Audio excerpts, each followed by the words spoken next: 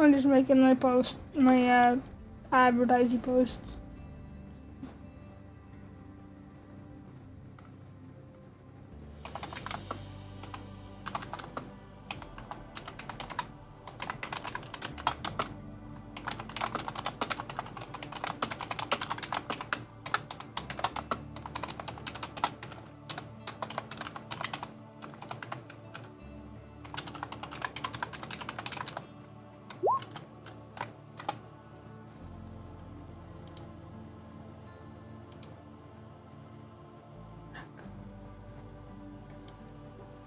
Can't go there.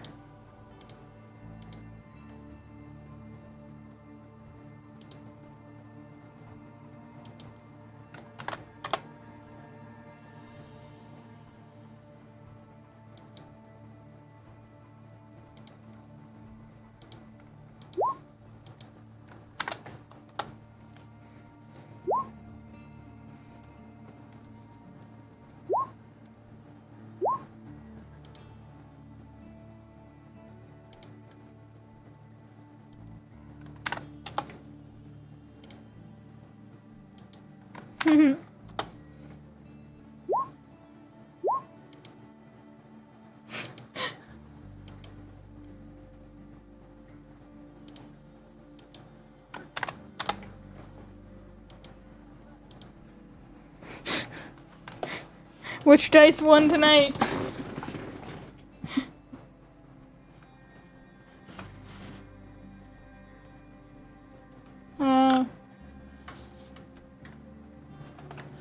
Oh, come on.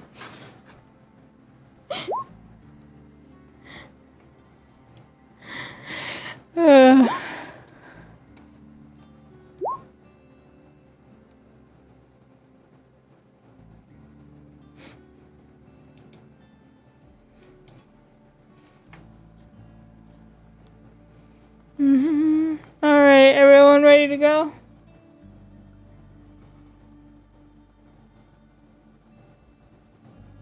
Crown? Ready? Okay. Switching over.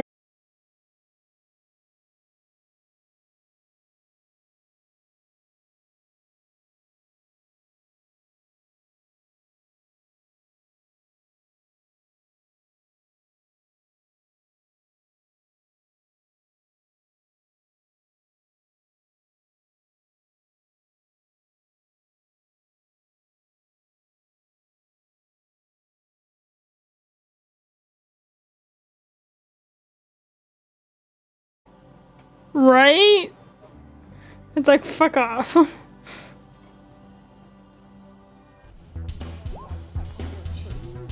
dice are bad tonight. Just gonna move this over here. Oh, off of that. Fresh. Alrighty, okay, reactive images, you're gonna be like that, are you? I think that it's loading again. We'll let it go. Much tonight. I mean, I don't know if there's gonna be much combat, we'll see. So last time, I don't remember exactly what happened, but you know, my brain, and my notes apparently suck. I think last time you guys made it to the tomb, most of you wound up fighting yourselves, and then you ended up taking a portal back to, what's that city called? Caulfield? And doing a little chatting there. You learned I guess you also learned about fought some awakened, or some trees and shrubs, and broke into a tomb, got some items, good, bad, cursed, who knows, and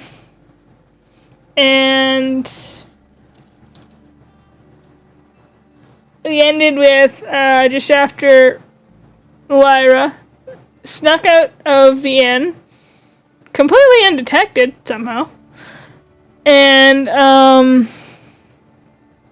went to visit her long-lost brother, Okay,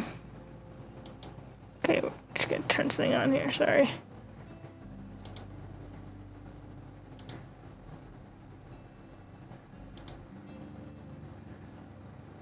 Anyway, and learned some things, maybe didn't learn some things, not sure.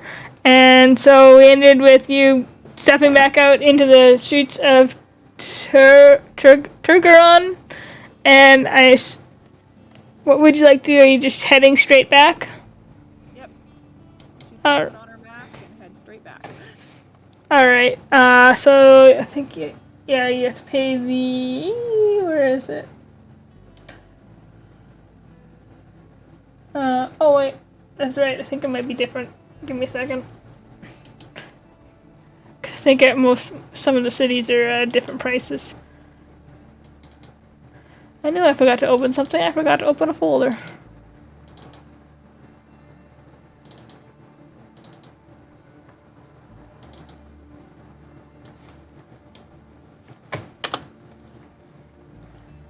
So you pay the 5 silver pieces, and you're able to take the portal house back to Caulfield, and I'm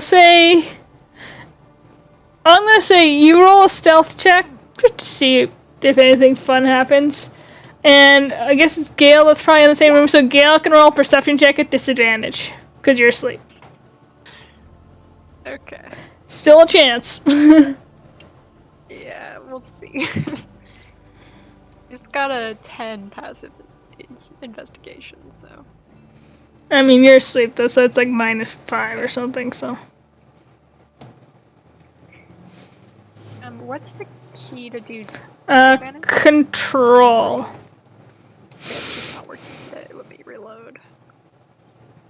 Yeah, sometimes you have to make sure you're really clicked on D&D Beyond too, before it'll actually do it. So this is perception? Yep. Yeah, that's So yeah, you managed to just sneak quietly into the inn room. Actually, I want the other two of you, because you're in different rooms, so it'll be a higher DC anyway. Well, I guess it's the same DC, but roll perception at disadvantage just in case you hear like a squeaky floorboard, because why not? That's fun. Oh my god. Oh my god. So we'll say, at one point, you can decide whether or not you wake up or not. Rini and Vareth, you both hear like the squeak of a floorboard out in the hall, moving down the hall, and then the sound of a door opening and nothing. Farah break into the wall like the Kool-Aid guy. No, just kidding. Oh, sorry. Yeah, you were. Oh, you did roll persuasion. Oops. Either way, yeah, you definitely hear the squeak. I just noticed the. Oh, okay. That's the, like, Oh, I see. Oh, you also rolled persuasion there before on yeah, Rainy. it's about the same. Fair. So yeah, I'll decide. You guys can decide whether or not you wake up or not. But what were you saying? Actually, 10. One less. You still would have heard it. Squeaky floorboards, man. Slapping Petey, telling him, leave me alone, I'm going back to slave. Fair. Petey's pecking me on the forehead. Somebody's in the hallway. No, sleeping. Fair. Where anything? Are you just whatever that sort of thing? He opens one eye and then slowly closes it. All right. Anything else you want to do before you settle down to sleep, there, Lyra? She's just going to sneak back in the room, check make sure Vale's still asleep, and settle down and basically crash. Fair. It is late. Yeah, it is. Okay, so yeah, you guys can take your long rest. If there's any long rest abilities, I think only Lyra probably used stuff in that time, but... No, wait. Would Maybe Lyra not. get her full rest or no? I'll say you do, but you end up sleeping in a little bit. Okay. You just end up, yeah, you end up sleeping in a few hours. So once you wake up in the morning, we'll say the rest of you wake up around, what, 8 o'clock or so? Lyra's still passed out, Gale. And the other two of you wake up in your room. Veroth, he'll wake up, and he'll quietly make his way into the hallway, and squat his tall, skinny body down, and he starts analyzing the hallway for clues of who was out there. Roll an investigation I check. don't even want to know what you're doing, do I? Well, you might.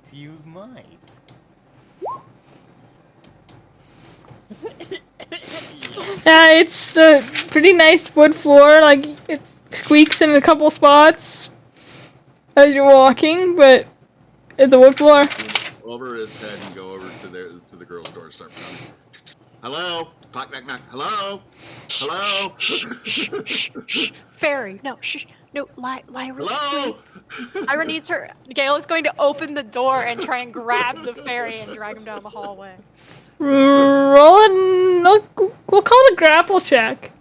So, athletics versus acrobatics. I believe in you, Gale. Oh god, I don't believe in me. Did it not roll? No, it did not roll. There you So go. you find yourself grabbed and you're just getting dragged down the hallway. No, watch the wings!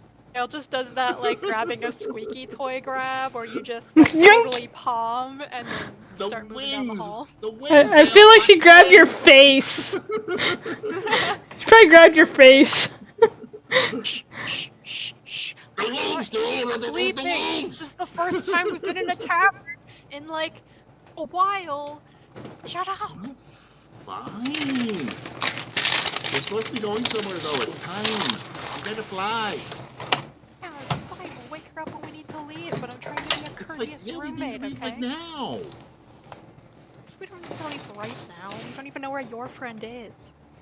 He's right behind me. Check the floor. See? I know you. He's hard to miss when he's squatted. Yeah, he's definitely squatted on the floor, inspecting the floor. Yeah, he's like, his face is really close to the floor now, and he's like running his finger across the floorboard, and he lifts his finger. It's too clean. Yeah, nicer taverns keep the rats out. Very suspicious. I will fly over to our friend, assuming I'm let go at this point in time. Yeah, probably if you're quiet again. I'll fly over and I give him a little hug. It's okay, buddy. And, and I'm trying to steal his marker or his chalk thing. Wait, do you know what it is? Yeah, I've seen you use it. Oh, the ring. It's Oh, a, is it your ring? yeah, it's a ring. He's always been drawing with his fingers, so I don't know if Yeah. Quentin would have ever put it together. Well, didn't how you he was get the drawing. ring? You got the ring together. Same place I got my ring, right? Yeah, yeah. So you know it's a ring. So okay, I'll say you could try and slide it off his finger. It's a high DC, but roll a Hugging his arm. Yeah, actually, no, wait. What's your passive perception? You definitely noticed me doing this. Yeah, so like you just see Quentin tugging at the ring on your finger. On it. I need this for a second. Give it here. Trust me, this will be good. Oh, you must love me so much. And he takes Quentin and gives him a big burly hug with his bony arm. Oh, again, watch the wings. Can I have the ring now? So. I need your ring for a minute. Oh, what's that? I need your ring for a minute. I'll give it right back. Quentin, what are you accepting my proposal? kind of. I've got a different proposal, but I'll let you know about it later. And I give with Gale behind me and not seeing my face, I give an over-exaggerated wink. I need the ring, please. I do. And he slides the ring off and hands it to Quentin. Alright, so you pick it up, and it's... I'd say when you first pick it up, because it's not a attunement thing, but it's like, this thing... but when you first pick it up, this thing is probably about as big as your whole body. Or close to it.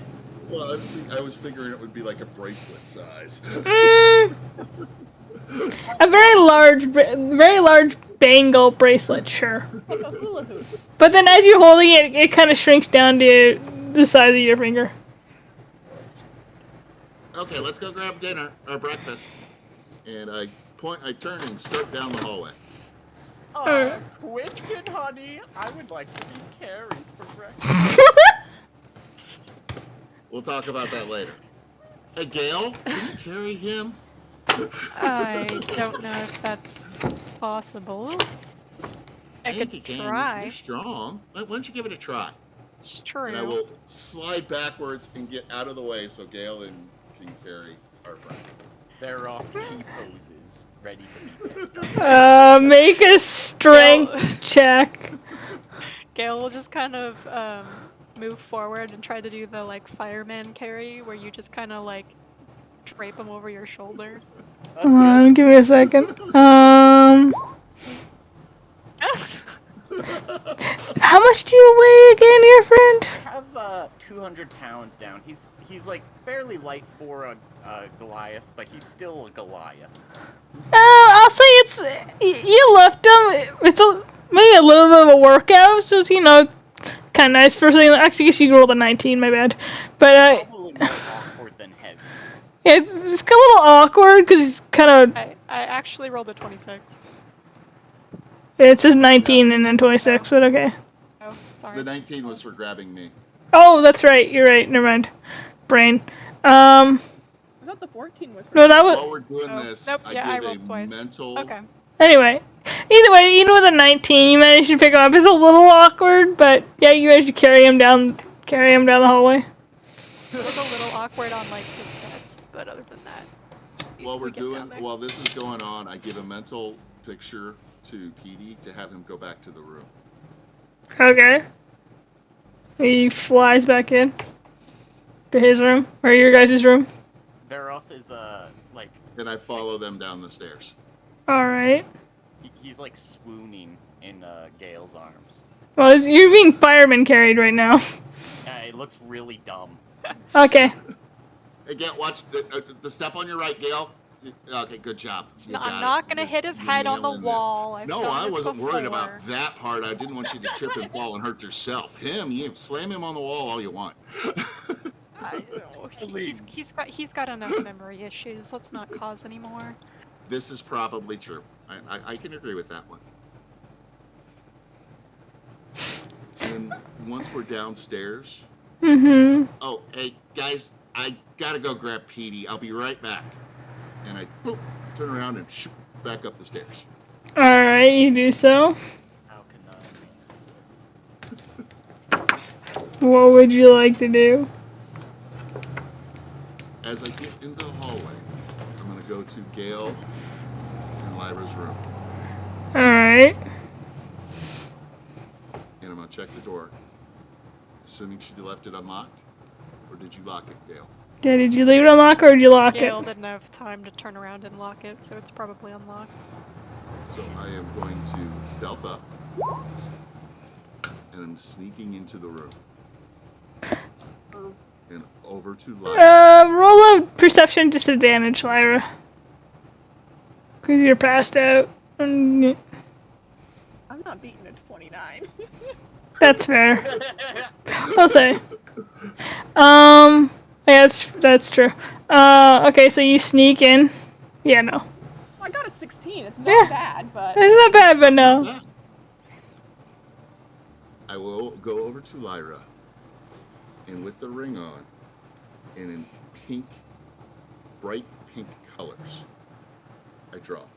a set of glasses, you know, the 2 circles around her eye with a line across the nose, and a little chain coming off it on her left cheek, and then a rudimentary crown across her forehead. That's amazing.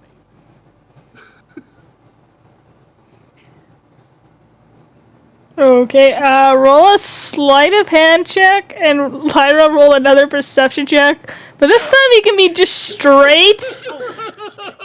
Oh, never mind. You can't beat that anyway.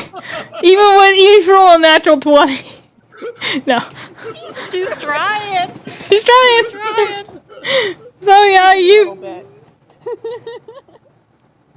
I will then sneak out of the room, close the door, grab Petey, and go back downstairs. Alrighty, you do so. And once I get downstairs, I will slide the ring off and, oh, hey, you know what? This really doesn't match my outfit. Here you go, buddy. And give it back to Veroth. The ring falls onto the ground, and Meroth's jaw is agape. You're divorcing me. No, we're waiting to find a better time and a better ring. Oh, it's too early for this. Funny thing is, right now the ring is currently fairy size, so it's like the size of a. I want to say the size of like a little bigger, about those poly beads. It's probably about that big. Between the cracks of the boards. Sure. Roll a D100 and under 50 it does.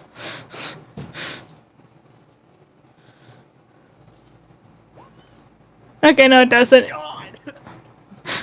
It drops kind of like just in front of you. It's really tiny, but with your passive perception, you can see it.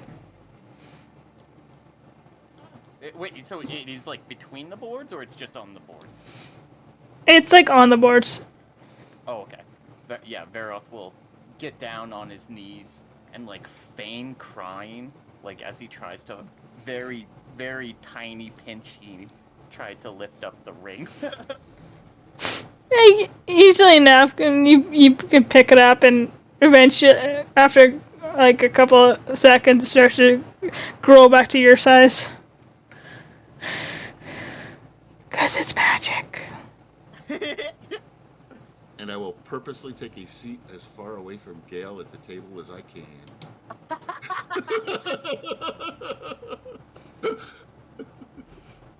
Gale does not notice.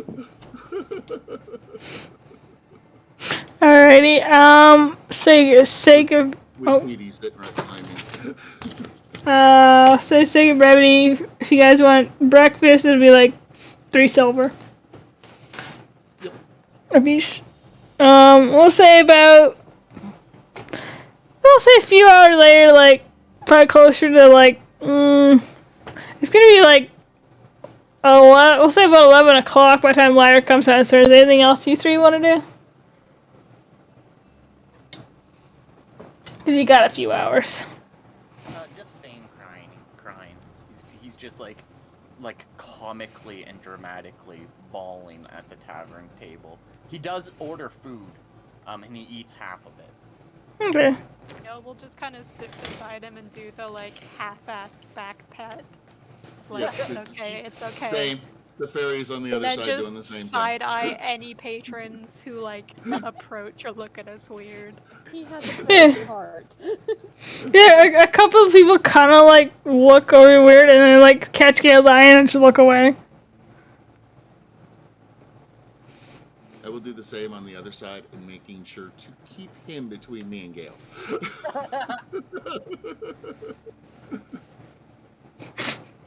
Well, I enjoyed breakfast and hang out for a bit. There's nothing else you guys want to do for several hours before Lyra wakes up, because she's still not coming down. Hours they pat Veroth's back, yes. Alrighty, that's fair. General conversation about Aberruthi, Gale, what do you remember? What do you remember? Blah, blah, blah. Just, getting a feel for this place that I'm about to go, because I have lots and lots of evil things to accomplish at the library. We come up with a bunch of theories on places we've never gone because Lyra's the only one who actually understands the geography of this continent. Yeah. Fair. I'd say Gale, most of you remember, because Aberruthi is still the capital. It was like it was a burgeoning city. I was really starting to grow back then. You could tell it was always the capital. It was just, it wasn't huge from what you remember, but it was bigger than any other city you've ever had described to you. So we'll say a few hours later, Lyra, you wake up with your long rest and come down the stairs with everyone else sees the pink glasses with like a chain down the side. And what else did you draw? A rudimentary crown across her forehead. Alright, and there's it kind of looks like the band of a crown or something across her forehead. Bright pink.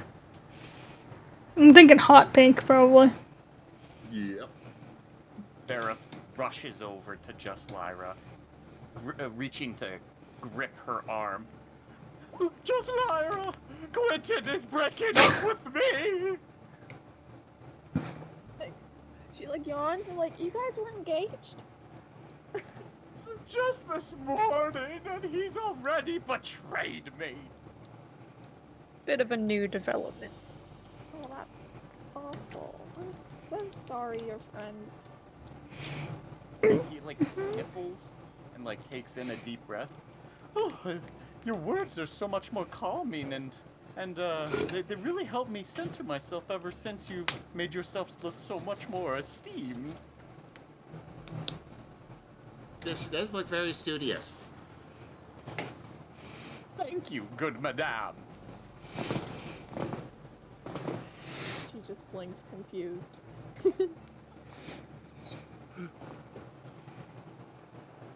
And quickly make sure there's plenty of room for me to escape from Gale. I mean, I Gale. just had Gale roll a 2 for perception, so Gale hasn't noticed. She hasn't noticed, no. Lyra looks tired. I imagine Notice her that bit Lyra on her looks face. tired, but yeah.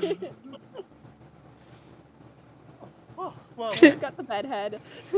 Uh-huh. Renee is so choking on his laughter right now. What would you guys like to do?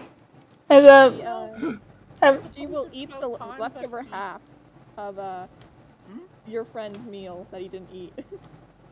that's fair. there is like tiny puddles of. Actually, I don't think he did ever tear up. It was all fake. So yeah, there's no. It's not tainted with tears. You're good. Okay. Lyra, dear, did you want to do something with your hair or something before we go to Aberystwyth so you can blend in and hide better? For shame, Quentin! You dare assume that her hair is not perfect? Just so. I didn't know if she wanted to do something different. Quentin, you speak with ichor in your mouth. Probably. More than you know. We should join the cult now, yes? Knowing that, your friend. Remember, we have things to do first. It's gonna be a bit before we get there. And I imagine eventually at the table she takes a brush out and starts brushing her hair. Don't you Getting ready for the need a day. mirror or something?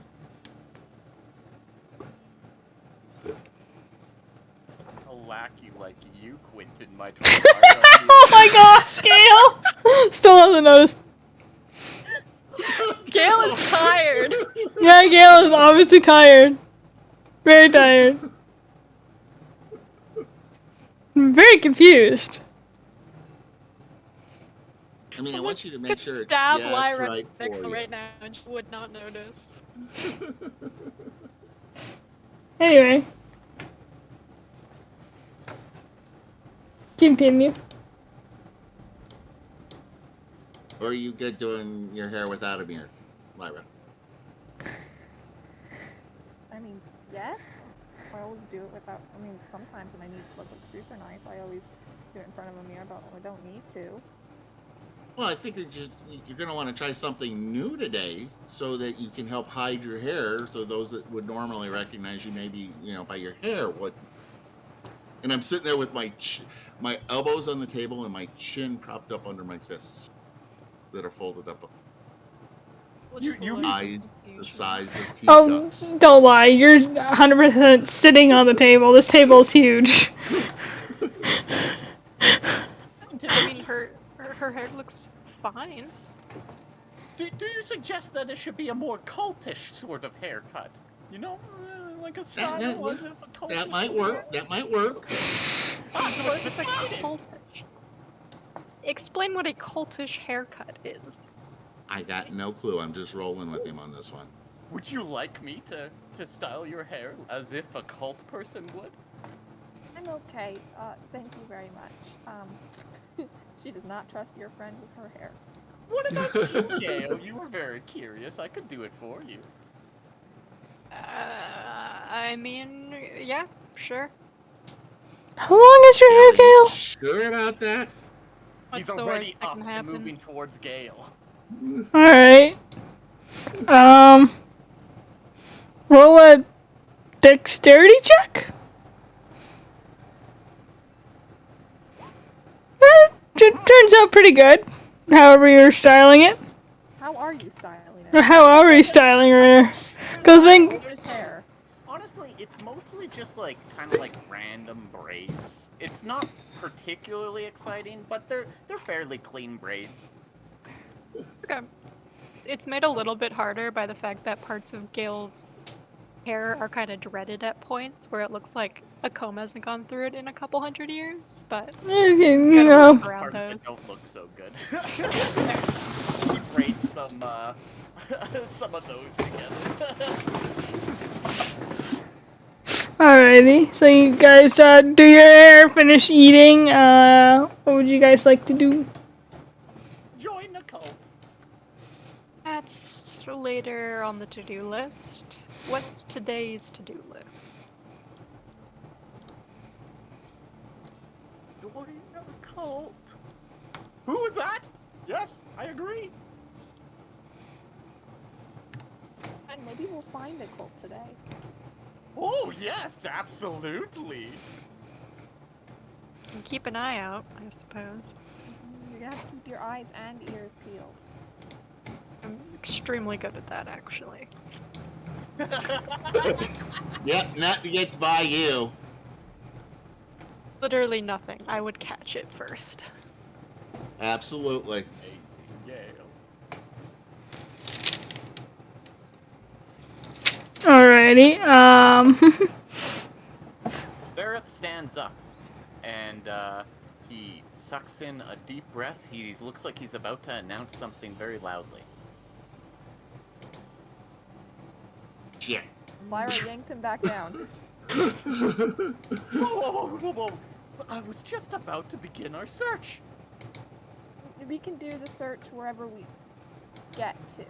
And we will do it quietly, because, you know, cults are secretive, aren't they? That's correct. Yeah. Funny thing about cults, they don't really let you in if you just knock on the door and announce that you're looking for cult stuff, you know? Like, you have to be sneaky with it. Gale, have you been in a cult before? I don't think so. One could argue the guard in and of itself is kind of a cult. And you would know because the guard is a cult. I mean, they might have changed in the past couple hundred years, but I don't think so. Alright then, Gale. Then how do we join this cult?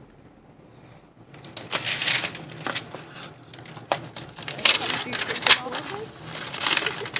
an option. We have to find a poster first, to be honest. Yes, cults are very famous for putting up posters. Let's begin our search. He stands up again, and he prepares to leave the building. so your friends... As your friend leaves, Gale will just whisper, okay, that'll keep him distracted for the next 2 days, probably. Just out of curiosity, has anybody else in the room noticed Lyra yet? Yeah,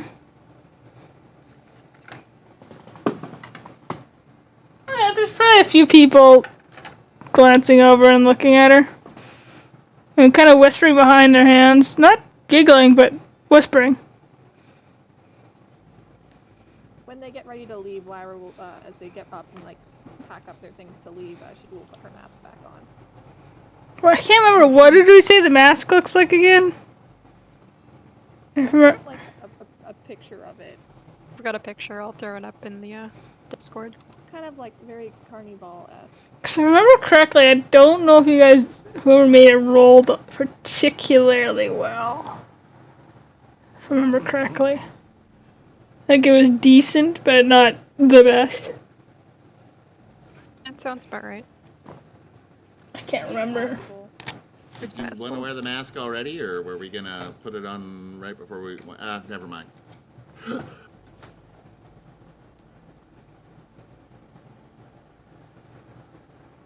As well start early. I do know. Slowest burn ever.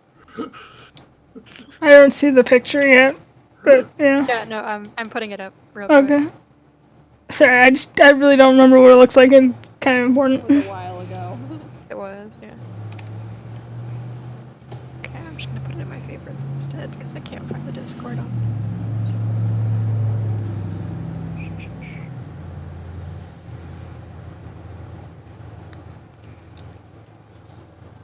Put it in art.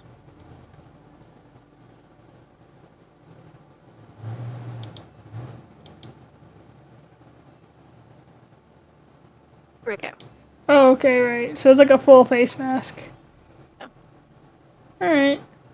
And Crown, though. Lyra would have pulled off a crown if there wasn't. Like literally torn it off. fair.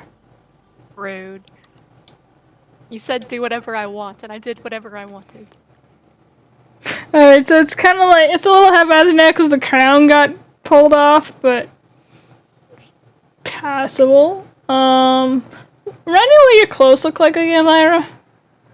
She's just wearing her, like, a good imitation of traveler's clothes. A little nicer made. They're pink. Okay. They've been through, you know, some shit. But,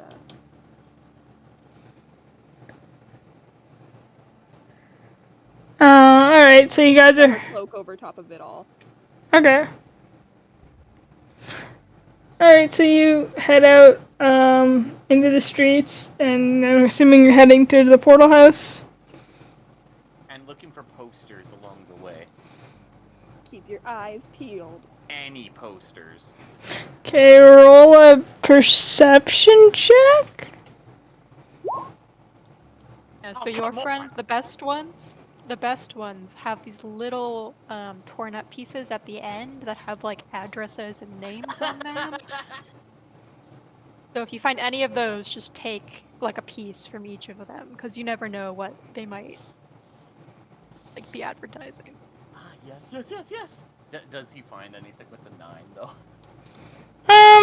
You see like maybe some bits and pieces and scraps of paper that might have been posters at one time, but they kind of got torn down, or they're so weathered you can't read them.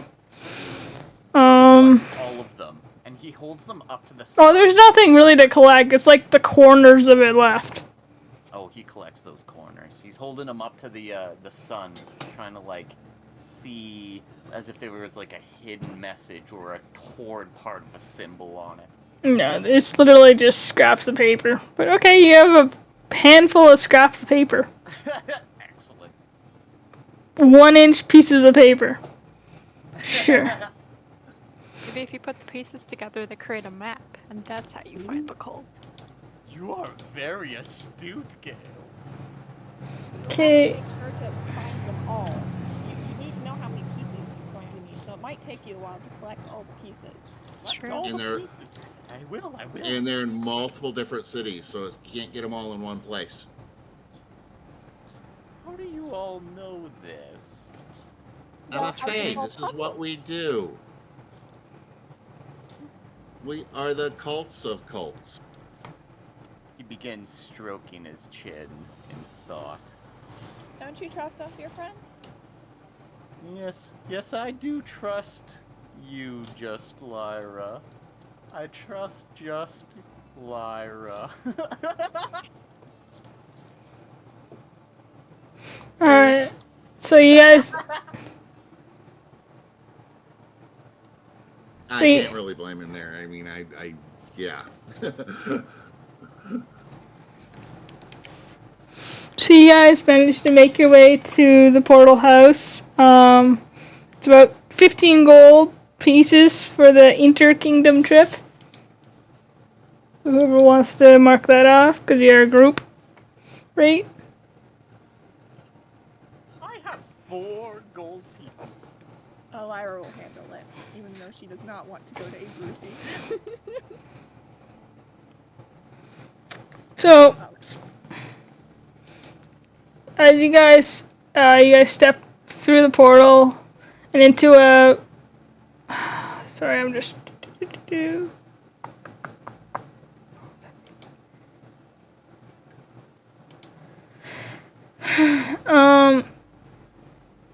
You step through and into a rather nice stone building.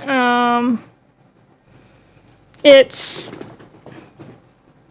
maybe similar stone to what was back in KBS, so it's not too much different.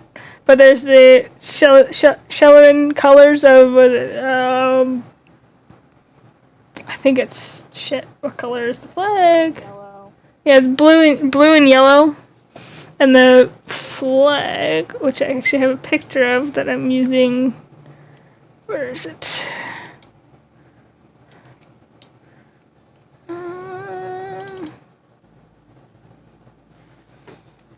Where did I put it?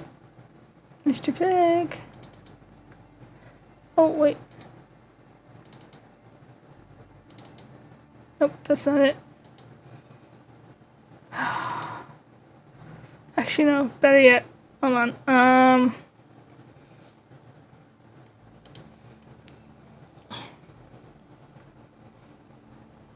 No, I gotta find it. I know I have it in here somewhere. Oh, there it is. Flags. There it is. Looks like this. Just because I'm using the one I had access to. Got 3 gems and the triangles. Let's see, there's... I don't know why there wasn't yellow on that one, but whatever. That one was the updated one someone else did. Yeah, it's the one that Rainy did, I think. Also a symbol on somebody's. It basically like that. And so you do that. You step outside the portal house, and it's Gale for you in particular, and the other 2 of you all you decide how you would react. But I say Gale, knowing what you last remember of Aberruthi, how it was a burgeoning city. It was starting to grow, but still smallish. You step out into a veritable metropolis of tall stone buildings.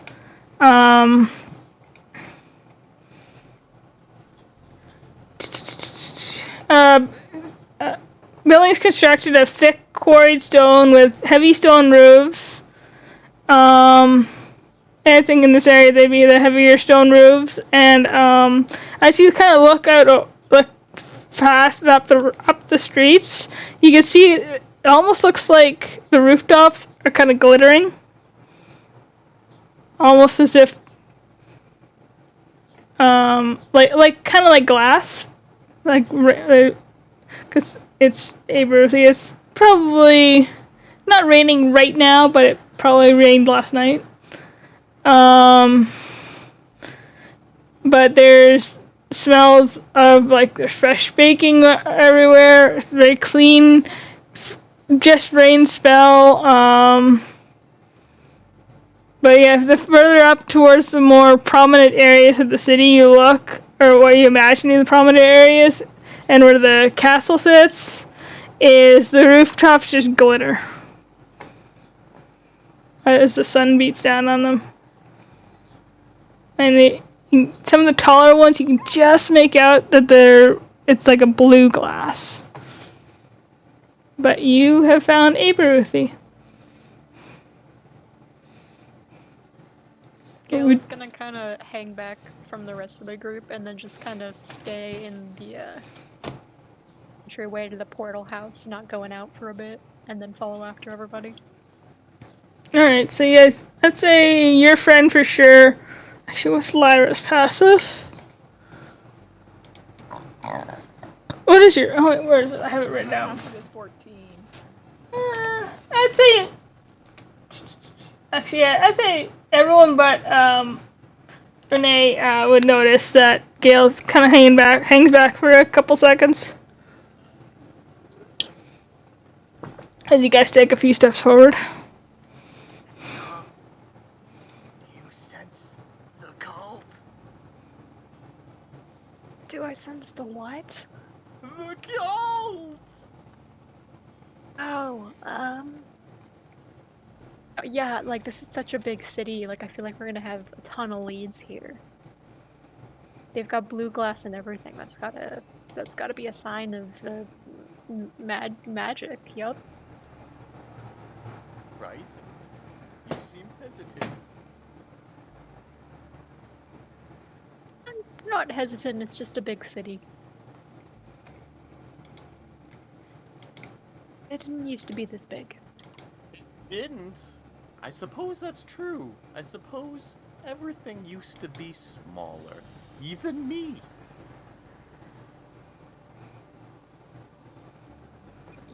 Yeah, that's how these things work.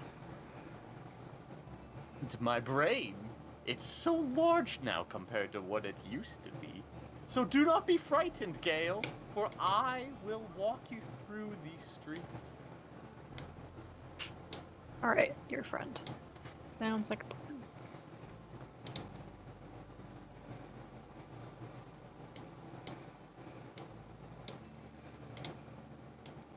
Alright, so... He'll reach out and try to take her to walk together. Surprisingly, Gale will actually take it this time. That's so nice. It's kind of clammy, but he's very gentle. Okay. Okay, so you take his hand and kind of take a deep breath and step out into the city. Where are you guys heading? Are you leading them in anywhere in particular there, Lyra? I think the plan was to go to the library, right?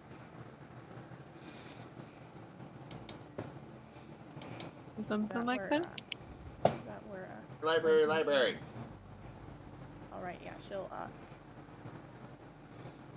give directions out loud and then try and look unnoticeable. Why are you giving us directions? You're supposed to lead. We follow. Go straight.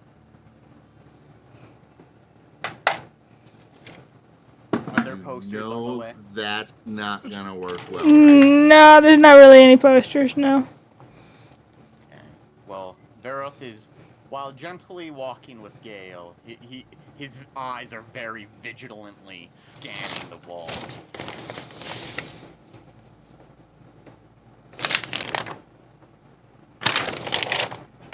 And Yeah, I was then just step looking for one, anything. Be like, alright, you need to turn left here, or you need to get onto the main thoroughfare.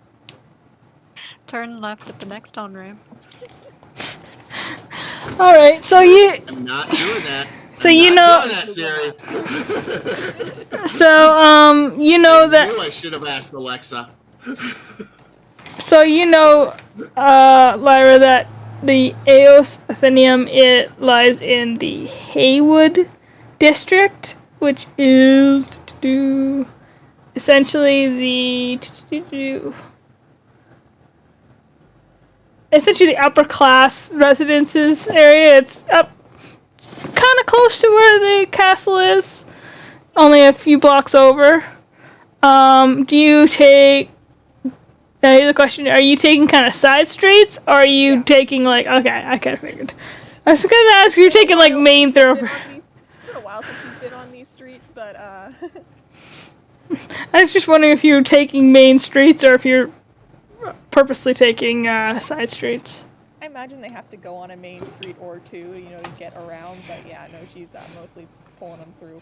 Oh, you could take main streets the whole way there if you wanted to, but Yeah, no. okay. Well, so Can you actually see the castle? yeah, I'd say so. It kind of sits. I'd say it probably sits up on a hill a little bit because it's away from. It faces the mountains, but it's because the whole city's kind of nestled into like the foothills, so it kind of sits up on a hill a little ways, and it's a magnificent, like classic turreted castle. You lived there? Lyra, why did you ever leave there? I had things to do. Shh. We can Look answer at that questions place! when we're not here. That place is awesome! That's the type of place I'd always try to steal from. I mean, visit. She's a royal. Where do you think she lives? The local tavern? I didn't really. The way she ran away from it, I figured it had to be a miserable one. One of those little dark, dredgy places. Or people are in those strange torture devices and stuff like that. I figured that was where she was.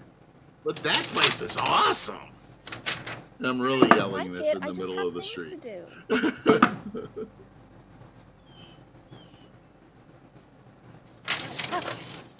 We can answer questions when we're not in But this why?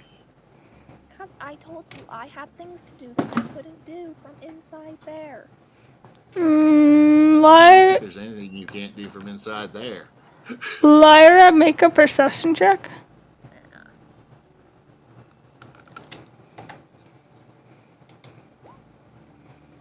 Okay, I'll say, cause what is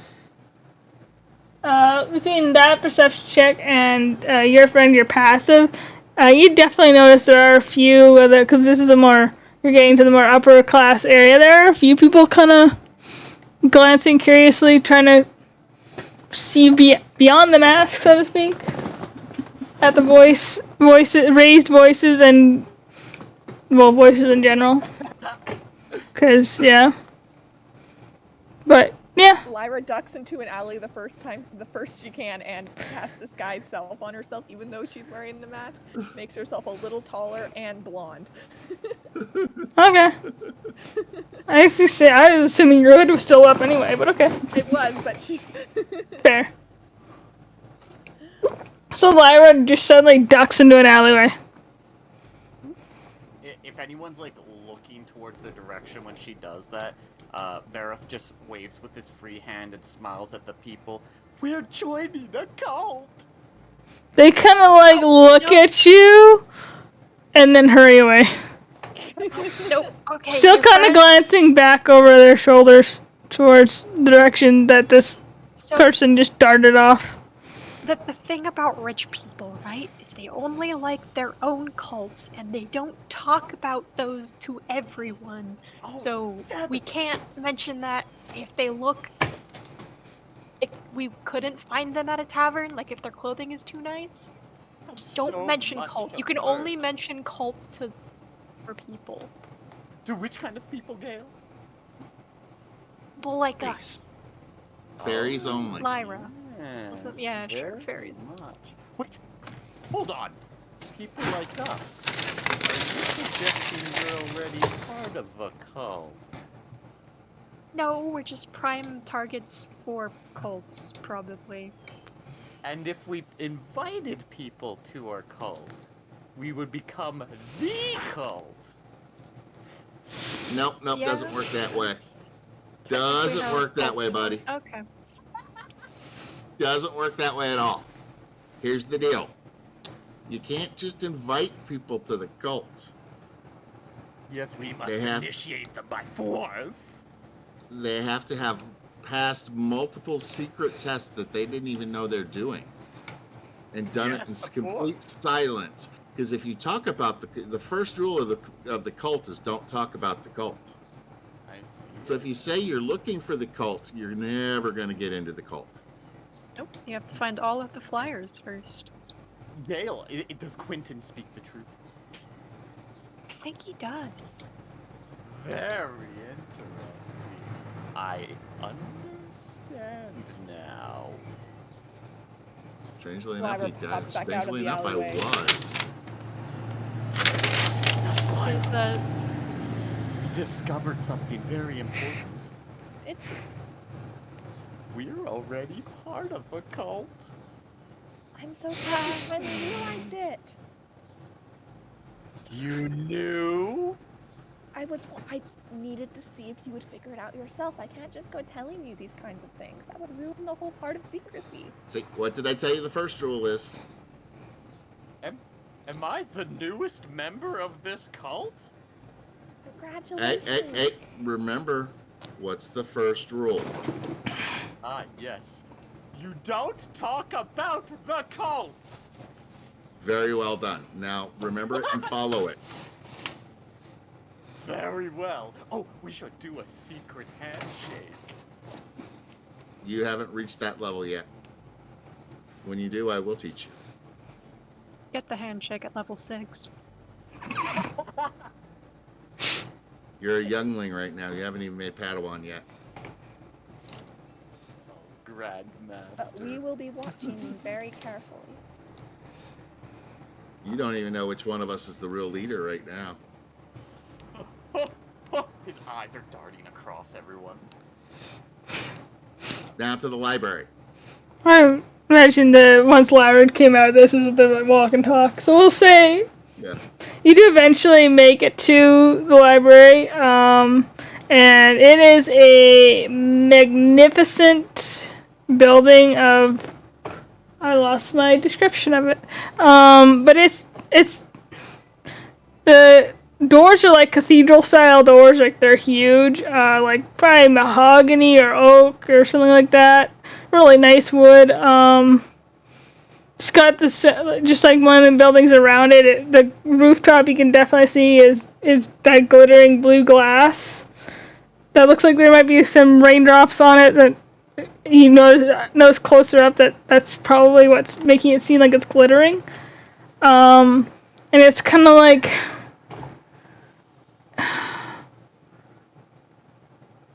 It's kind of got a kind of like the cathedral like look to the exterior, but it kind of looks like you can tell like there's balconies out the front. It kind of wraps around like kind of almost like a tower type of thing right in the front. There's like three, I think it will say like at least three balconies, and then like just it looks like it goes further back.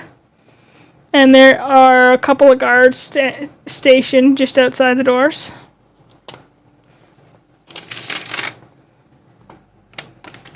That's actually a good question. Have they gotten any more open about their visitors policy? Because back in the day, they were a little into throwing people out. I don't think this library existed back in your day. Oh, okay, never mind. It's okay.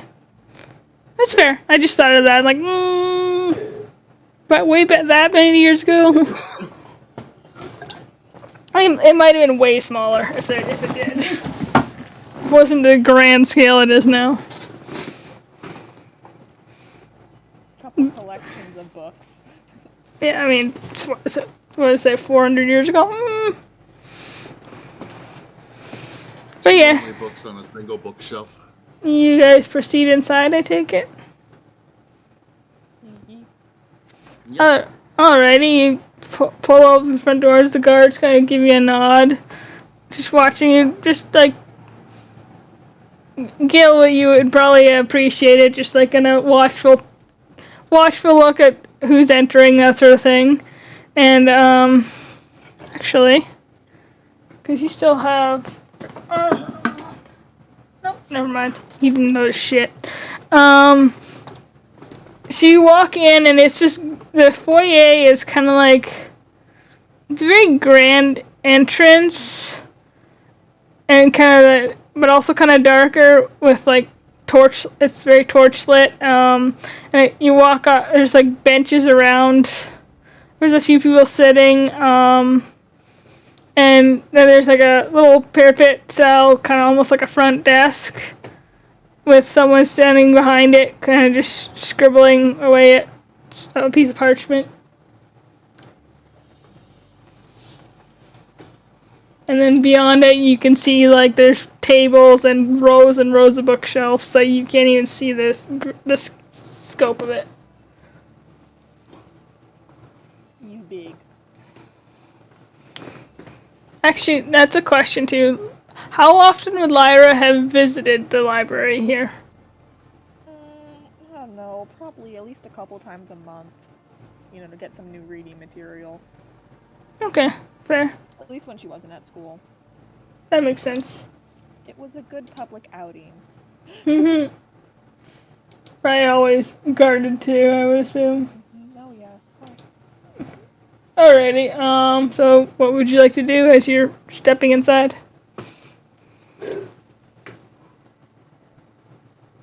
Lyra turns to your friend and speaks very quietly. Now your friend, you need to keep your voice down in here. Of course, I always do. Oh, yes, of course, I always do. They won't let you stay in here if you're too loud. He nods his head vigorously, his grin widening. Okay, everybody, this is where we should split up so we can look at different areas. This is a really big place. I might be able to lead you in the proper-ish direction if you just tell me kind of what you're looking for. I'd say you would know too that generally a lot of times they will generally assign someone to watch over new patrons to the library. Not like close, but like show you around a little bit and making sure you don't get in any trouble. Tell you what, you guys go over there. I'm gonna go I'm looking for like a docent or a librarian or something like that. Well, there's, like I said, there's someone at like the little, what amounts to like a front counter, quote unquote, just standing there scribbling, and she, at the brief raised voice of your friend, she did look up, kind of raise an eyebrow, and kind of went back to writing, glancing up occasionally at your group. Because, I mean, you stand out a little bit.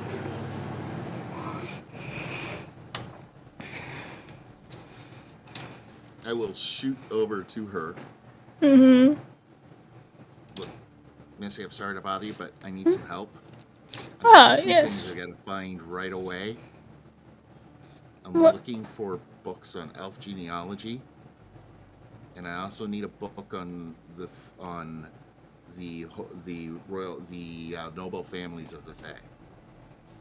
If you can just point me towards those two sections where I can find that kind of stuff, I can take it from there, or you can have somebody walk me to that genealogy one first. My friends will be over to ask other questions in a second.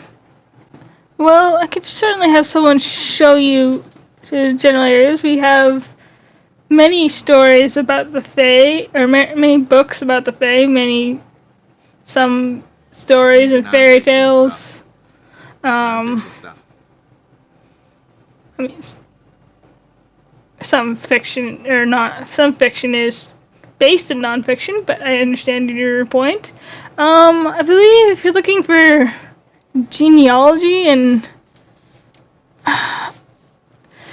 you might find that here. Oh no, what am I talking about? Of course you would. It should. Yes, I can have someone escort you to find some tomes that might help you. Do you remember in the area where all those books are kept? I can't remember the name of it, but I'll know it when I see it. do remember that you can take as many notes as you like, but no books or, well, please don't damage our books. And if you'd like to Not a problem. if you'd like to take a book out, we can go through that procedure. Roger that. And she calls over a male, we'll say a male elf, and like kind of, we'll say they're wearing kind of like very similar robes, and like generally the Shelley colors and like the blues, but it's like a blue and a gray. And she calls over a male elf, and he just says, and says, "Can you help this young fairy?" Hey, how you doing? My name's Quentin. Pleasure to meet. Actually, yeah. My name's Quentin. It's a pleasure to meet you. Can you take me over to the elf genealogy stuff first, and we'll look at that. I've got some other stuff we can look up later, but I need to get over there first, if you don't mind. Sure. Follow me. Do mind how high you fly? The I'll keep chandeliers it are kinda low. I'll keep it at chest level. All I'm right. a nice guy. So you see Rainy or Quentin fly off with this male elf dressed in quote unquote librarian's robes. What are the rest of you doing? I'll be right back.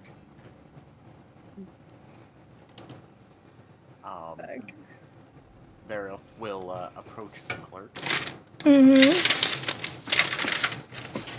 Hello, is this quiet enough? May I speak at this volume? Yes, that's perfectly acceptable. What can I help you with? Yes, well, I'm not looking to join a cult, but I was looking for information on cults. What sort of information? I mean, we probably got a few books about some cults in history, if that's what you're looking for. Yes, well, if you have a particular book on this cult, and he shows the brand on his wrist. Not that I've joined it, but I'm just curious. Her eyes kind of widen. Hold on. Oh, your friend.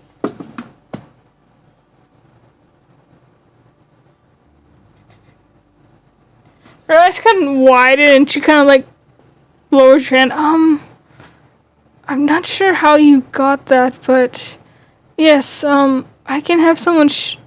Why are you asking about it? Oh, just curiosity. We don't like to talk about it. Sure, I can have someone show you to some books on that particular cult. Okay. And he winks. After she sees that your friend has gotten situated, Lyra will, just walk in like confidence, like she knows what she's doing. So, because you can't possibly remember every face that's come in here. You still have disguise self up, I think, so okay. Yeah. But, just like the confidence like she's been here before. Okay. Dragging Gale along. It's like, come on, Gale. Gale is trailing behind her like someone who has never been in a library and doesn't know what to do, so she's just looking at her feet. Sorry, I'm just writing something down.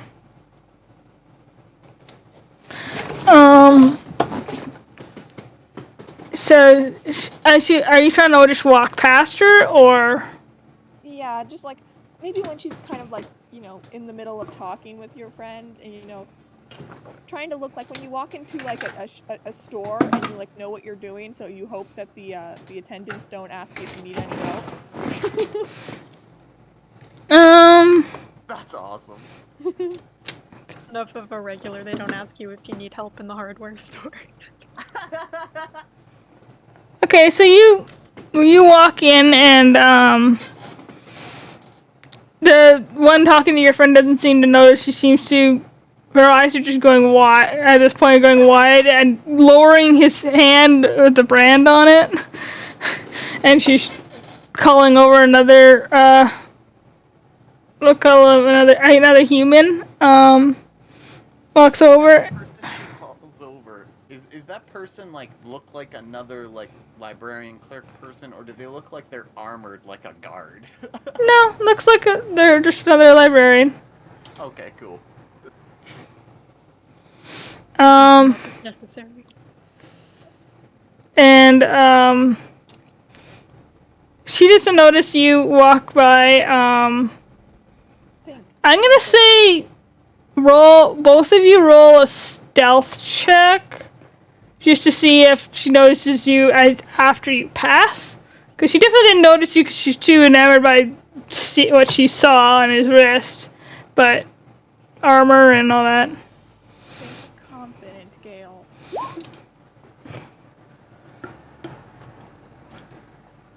I think Gale has disadvantage too. Yeah, does. Chonk, chonk, chonk. Yeah. So like as you're, Gail like wearing the royal armor. it's From it's the very country. it's very old. It's very old looking though. So and oddly enough, the one guard at the front did not recognize it. Not so versed in history, I guess. He never got the cleaning duty of cleaning the really old armor that Really no old one will armor. ever use. Yeah. Mhm. Buddy Okay. told him about it one time, but he just wasn't really paying attention. Yeah. But as you're walking by, Larry, you're like perfectly like confident. Walk by just fine. Gale, your armor kind of snags on like the edge of the desk just as your friend's going off with another librarian, and she looks over and excuse me,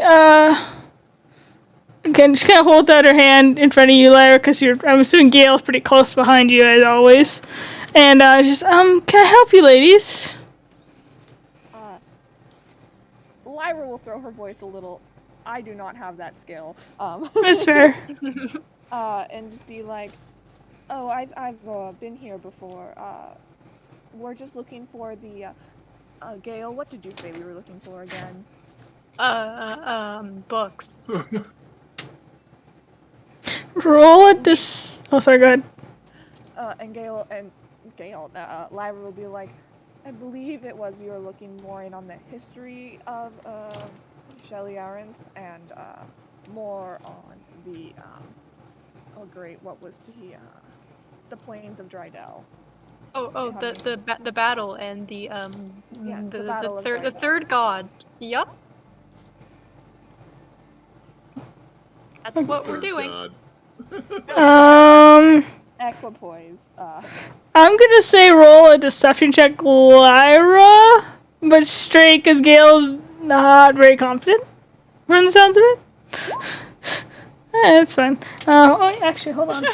Lyra's very charming.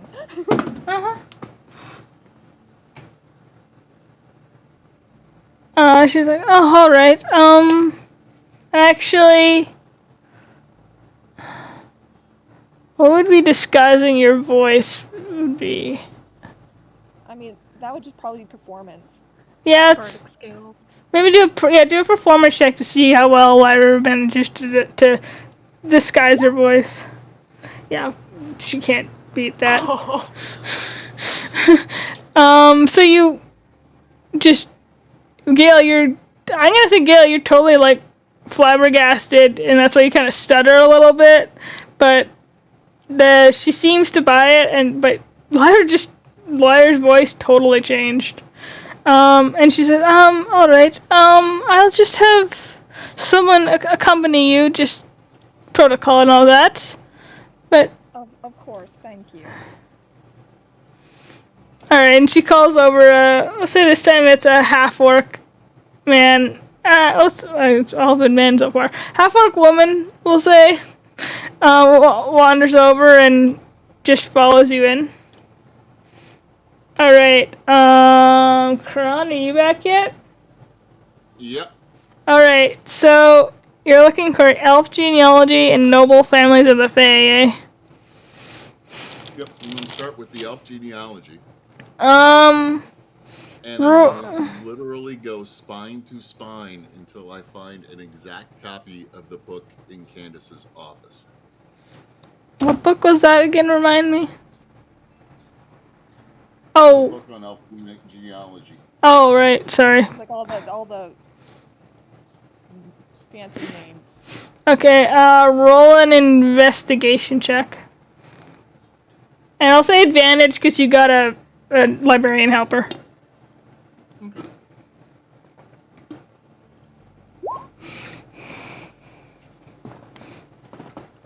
Okay, so what did I say, he was an elf? Yeah. Elf? Yeah. Wander is gonna, it's just, as you're flying behind him, is just yammering and saying, oh, okay, elf genealogy. I think you're looking for... looking for a particular book. It looks kind of like this, has this color spine to it.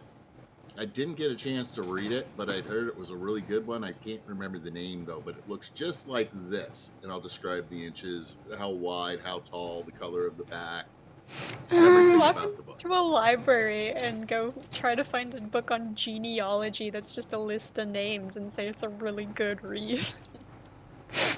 I think... Do you have minor illusion or no? Yeah. No? Okay. I do. Oh, okay. So you're just describing it, or are you showing it? Because technically, your choice.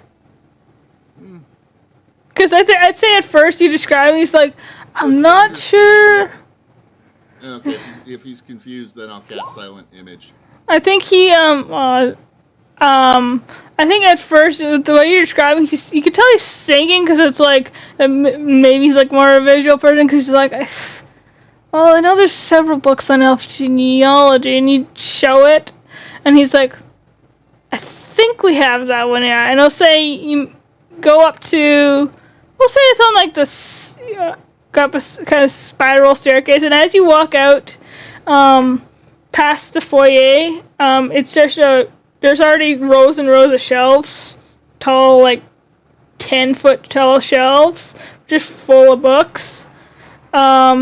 Few ladders here and there that kind of do the whole like wheel back and forth.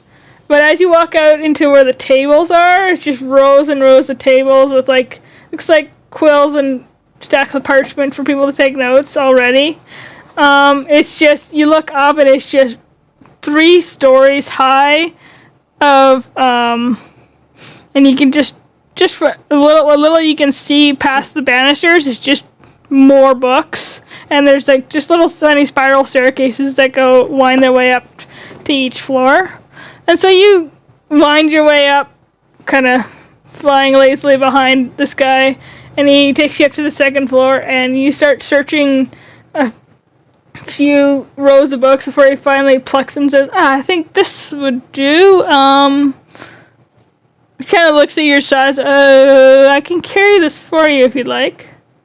Yeah, that'd be nice. That'd be great. The other thing we need, that I need, is a book that would similar, I guess, maybe to this one. I need a book a research book on the names of the royals in both the Summer Court in the Feywild and any Eladrian royals.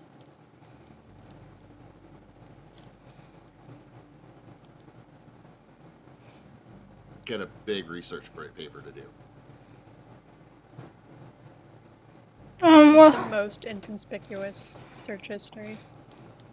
It's a library that are not too suspicious of people wanting to research it. It's like, that's what it's there for. It's like, well, I'm not sure how detailed we get on the Fey courts, but I think, and you follow him, he kind of walks down like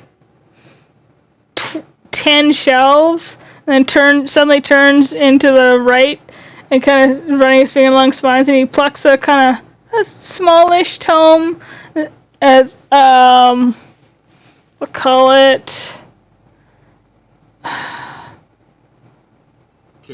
romance, we'll call it, what would it be called? Dreams of the Summer Court. There we go. How long have you been working here? Several years, 10, 20 years. Why? Well, I'm going to tell you who sent me here, who said this was the place to come. And she seemed really knowledgeable about it. Said she comes here all the time. It was Princess Natalie. You might have some secret books that you don't generally show to others that you might show to me if I dropped her name. He kind of tilts his head, and how do you know the princess? I ran into her and her friend. God, I can't. Okay, I'm new to your guys' world. I kind of popped into this place, and it was this city, and I can't remember the name of it, but she was there with a friend of hers doing some sort of traveling thing. I don't understand it all. I told her though that I had a kind of, we got to be friends. We were talking, hanging out. I found I've got some things I have to find out about the summer court, and I can't use usual Fey ways. I've got to use other ways. It's a weird test. Queen Mab, she can be really demanding about stuff like this. You want me to roll a deception for this lying? You will, and also, definitely roll a deception check. And as you mention Queen Mab, you just have this sudden, as you're speaking, you just have this sudden voice, like very feminine voice in your ear, like just speaking to you, telling you to retrieve something. It's kind of echoey, kind of like the whole idea of like a memory. Kind of, you think? It seems like a memory, and it's vaguely familiar. And it catches me in my middle of my speaking. I'm like, so she wants me to find out some information about the summer court through what you guys might know on this side, because you all have different powers in different ways than we do. Just kind of like your world here is very connected to the Fae. So I figured, I was told I should start here. And Princess Natalie said, if this doesn't work, the other place I can go is someplace called what is it? It's supposed to be a Fallout, Asmar, someplace up north where there's a bunch of forest. Veragio? Yeah, that's the place. There's if I can't find what I'm looking for here, Natalie said I should go there. I'm sorry, Princess Natalie. I gotta use the technical names here. You could just see like she died. No insight check needed. He does not believe a word of that story. Just our eyebrows raised and kind of like arms crossed as he's holding the books. You know Princess Natalie. Sure. This book should help you. I will cast I will recast Silent Image and cast a perfect image of Natalie in her traveling clothes. Oh my god, you idiot. Not the set she's wearing today. This is how you die. I mean, I don't know how many sets of traveling clothes Natalie has. How many do you have, Natalie? Let's see. I think she has 2, and then she has like a. I assume she had like 20 different outfits. Belay my last. She can carry that. She's a bard. A courtly dress, and I will show her playing her new instrument. Back currently. Strapped to her back. I gotta give these people something to play with. He's just like, murder you. I'm not sure how you've ever seen Princess Natalie. She hasn't even visited the library in a while. I told you she was in another city visiting a friend of hers, and I'm sorry, I can't remember the friend's name. Actually, sure. It wouldn't. wouldn't. Roll a history check to see if I remember the friend's name. I'd say roll a general intelligence check. Okay.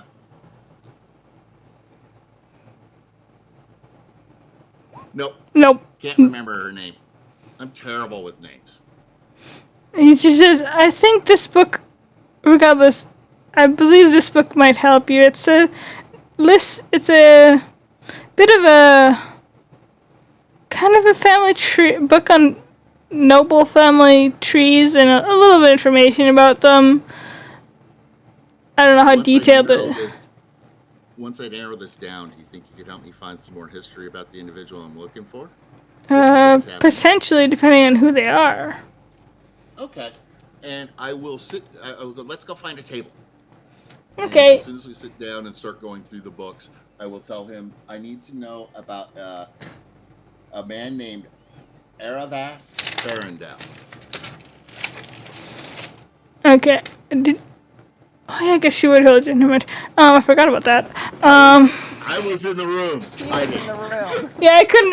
It's been a while since I came up, so.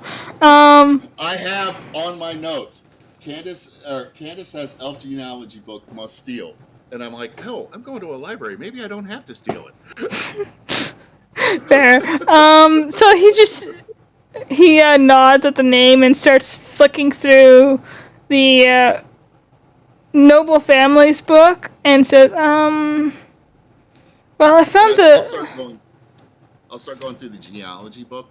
I'm not sure what I'm looking for, but I'm looking for anything that I think would revolve around Lyra's family name and also their Farendale name in the Elvish book too. Okay, we'll come back to. I can't remember what the conversation was there, but yeah, that's my turn. I'm good now. We'll come back to that in a second. Your friend, you were looking for information on that brand. We'll say, as he's leading you very purposely towards I think this is a human, towards a section of the library. As you're stepping into, we'll say as you're stepping off of one of the staircases on the probably third floor, a woman approaches you. I'm gonna throw it in the NPC bank. Once I can find it.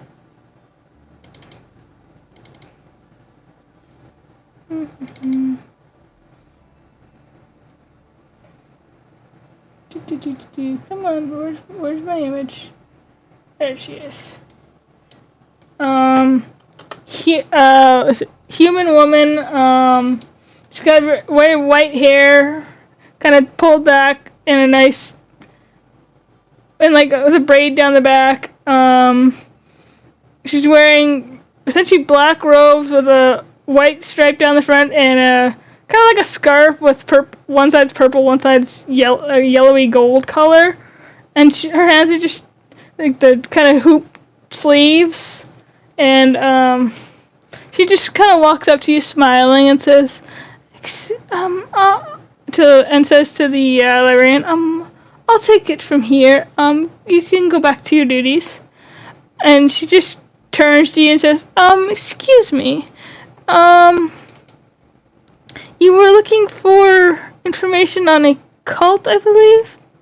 Yes, I was. This one in particular. And again, he shows the brand on his wrist. She kind of gently takes your hand and just lowers your hand. If you don't mind, I'd like to talk to you in private about this. It's a sensitive subject, this. Are you part of the cult? Absolutely not. Right. And he winks. She just smiles and says, come with me to my office. Very well. Non-cultist. He follows him. Alright, so she leads you towards, meanders through down the aisles towards the end, around, because it's kind of like a big L shape around the tables, and kind of, actually, I guess it's a big square. She leads you down to one corner to, just a door, and pushes through it, and there is a rather spacious office, with a like mahogany desk at one end and just a nice area rug, and it's just a fairly nice office, but also modest at the same time, kind of.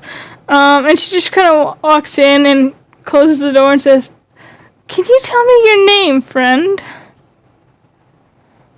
Yes. And how you came to have this mark?" Well, I suppose you would know, wouldn't you? He winks again. She smiles and just says, forgive me, we got off on the wrong foot. My name is Adelaide Mercier, and I am relatively in charge of many things in this library. I can assure you, I'm not part of any cult. I'm not sure why you would want to be. But I'm wondering, I need to know how you came to have this brand on your wrist and why you're looking into this cult. Oh, it's just out of curiosity, that's all. It's a funny joke. We don't like to talk about it. I'm trying to decide if that's a lie or not. That actually is a blatant lie. Usually it's hard to tell if he's lying, but that was a blatant lie. Roll a deception check. I would live if you told him, though, that would actually be the truth. But he knows to lie about it. Yeah. And she just kind of smiles and says, "You can be honest with me. You're not in any trouble. If anything, I want to help you if there's any trouble, and if there's any trouble came by how you received this mark." Meredith's shoulders kind of like slump down, and his cheeky grin kind of weakly turns into a frown. Are you really not part of the cult? Absolutely not. Oh, well, that's disappointing. Okay, well, I'll tell you then. And then, basically, he starts spilling his guts about literally everything. He tells everything Summarize. that he knows other than his personal history, but mostly, he'll explain, the cave that they woke him up on, and the symbol on the floor, and how he has a bunch of other friends. He doesn't give their names, though, but he talks about his other friends who have these marks as well, and that we've met many people who have kind of guided us to check on the anchors that might be aligned to this necromancer cult, and he basically tells everything that he knows involving that.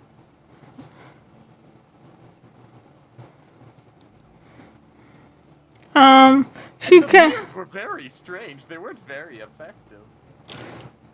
she nods and kind of as you're telling this story, she kind of moves towards a couch off to the side and sinks down into it and just, I see, that is worrying that, Well, that this cult might be coming around to resurrect some sort of necromantic god.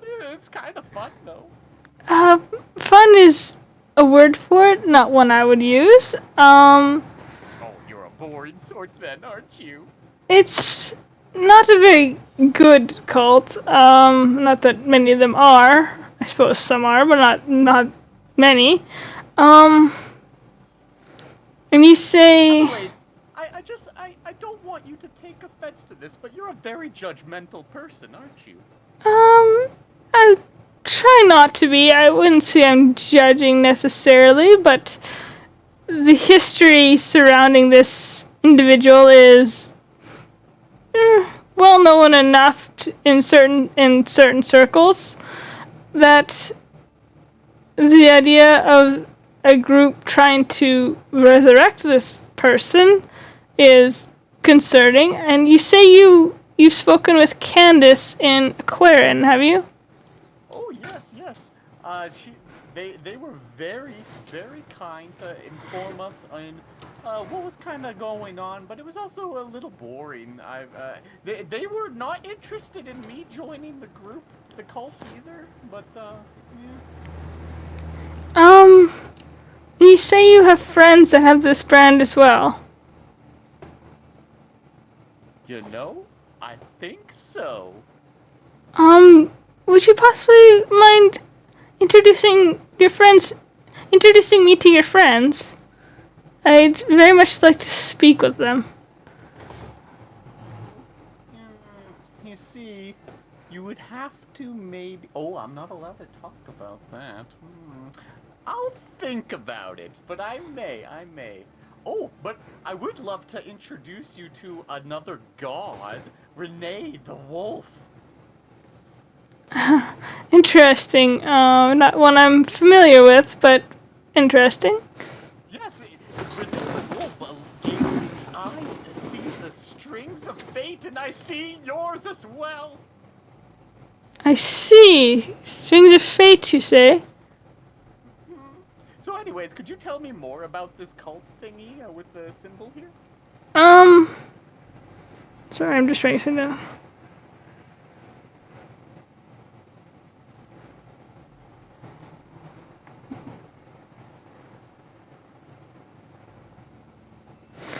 Well, it's a, what can I say about him? He is... Right? Yes. Yes, he is, sorry, I'm just trying to find my information on this.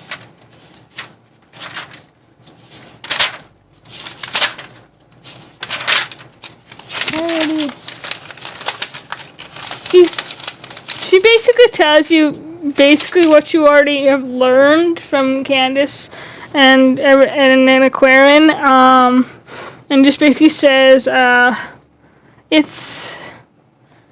was a dark time back then, as it is, and when this person was sealed away, the magics to seal them away are very strong, and the fact that one of these chains has been broken is worrying.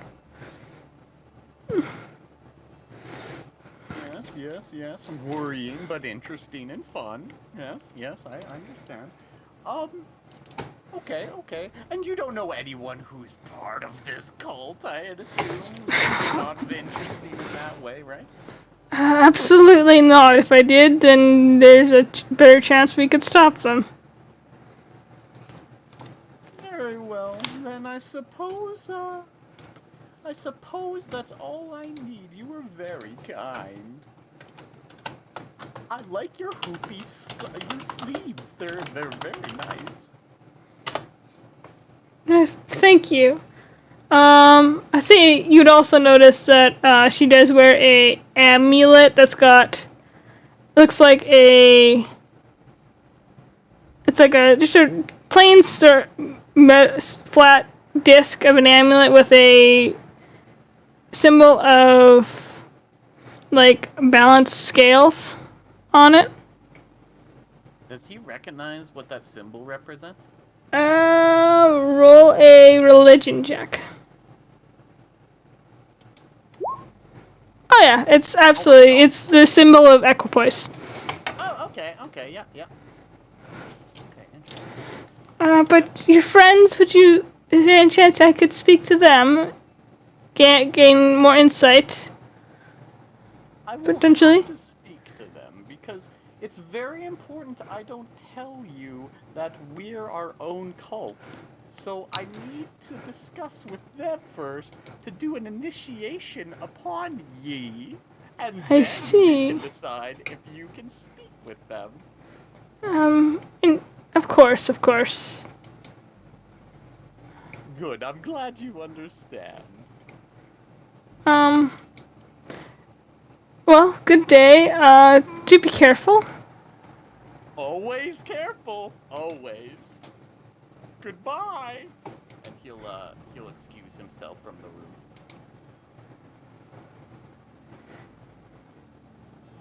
Alright, so we'll say that you leave and go back to find everyone else. Gail and Lyra, what exactly are you guys, or I guess Lyra, what are you looking for? Lyra's not actually looking for anything. She was just trying to figure out what Fair. Gail wanted to learn. That's fair. And so she was just coming up with the first thing she could think of.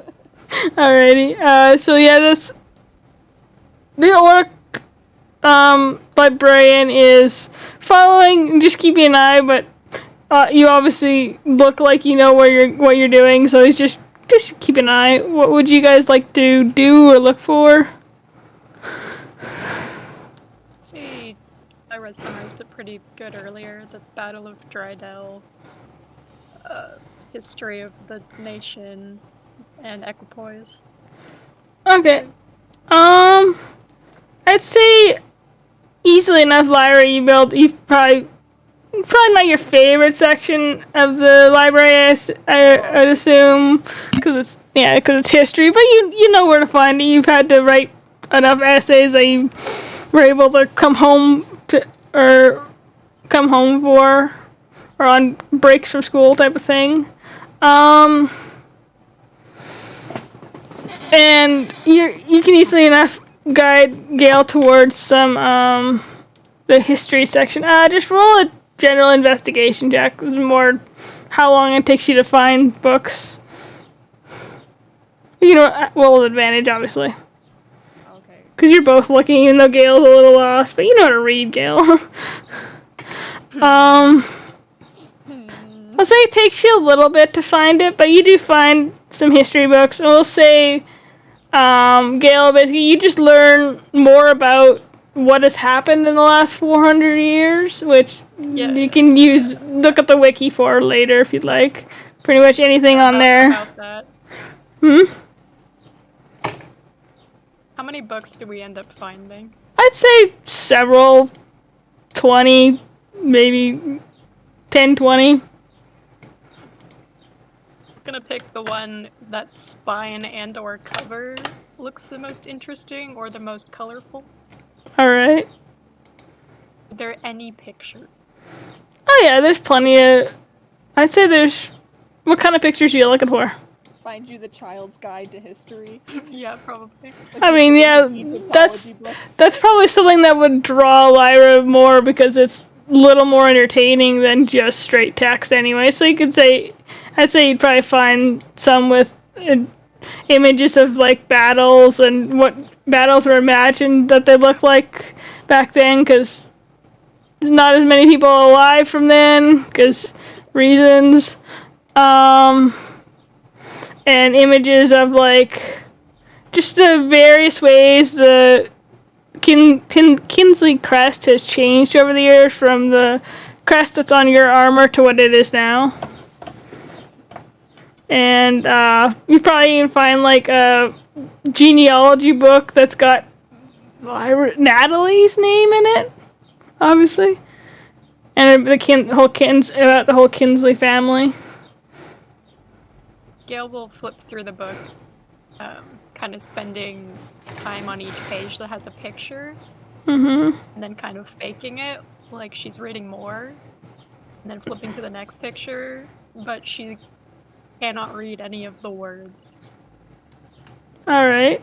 I'll say the genealogy book in general, you definitely find images of each of the royal family members, including Natalie, because it's a genealogy book. You'll just hear her whisper, "Is that you as a child?"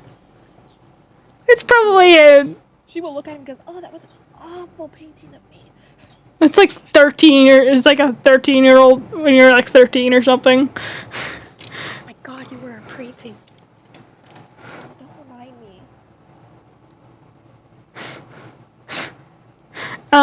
Let's say as you guys are perusing the books and learning whatever you'd like,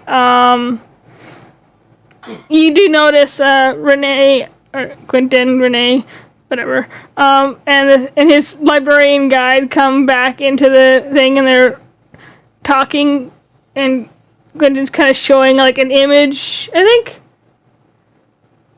No, you wouldn't have. Then it's just talking. Quentin's kind of talking animatedly. I can't talk. Animated, and talking and flipping through these books. You see your friend.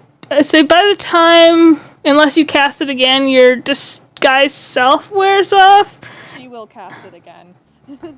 Okay, so we'll say though about that time, and as you're feeling it fading, getting ready to cast again, you do see your friend exit from the upper floor and begin walking down the staircase towards you guys, or wherever your friend walks. When you spot your friends, because your passive is so high, you definitely see them. Yeah, from the top of the stairs, he's whisper shouting and waving excitedly as he starts running down the stairs. You get a few stares, yeah, and people looking in the direction that you're pointing. Okay, and I'll say even you, Quentin, notice your friend, because it's not subtle. I ignore him. Keep looking for what I'm looking for. Now you're still looking at your books and learn. And I'll say, let's just jump quickly over to you. Where did I leave off with you? God damn it. Found the book. Right. Yes. I'll say you find in the Noble Families book, you find a list of. We'll say there's 6 names in this particular book. It's not a very big book. There's. I'm going to butcher how to say these names, but there's Titiana, Pirondel, so the one you're looking for, Corworn, Corworn, Pantoran, Ferrico, and Fewena. I can get spellings for you later if you'd like. You just find the information that you remember about Queen Tatiana and all that, and little bits and pieces of each of these apparently noble families in the Feywild. Noble Eladrin, of course. Here's the deal. That one there, Tatiana, is a little scary, but she's not as scary as Mab. You just hear that. Court queen, and it's really, really. It's supposed to be really, really nice over there, but I'm not sure. I don't get over there very often. At the mention, when you mention Queen's Mab's name, you just hear that whisper again. It's kind of distracting, and then you talk about the summer court and how it's supposed to be really nice over there, but then you just get like these flashes of a large, rather magnificently dressed room, rather fancy, but seems familiar for some reason. And then but you're seeing it as if kneeling on the cold marble floor of this room, below a throne. It's got a little. Okay, let's change subject. This Varendale guy. Can you find more books on him? And whatever his title is, whatever his job is, it'll give us that in this book. You try and search my link, or not search, but narrow my field of search. There we go. Okay. You discover that the Farandels are long distant, are within Queen Titiana's descendants, but like way far down there. Just the genealogy book goes back like hundreds of years, thousands, I guess.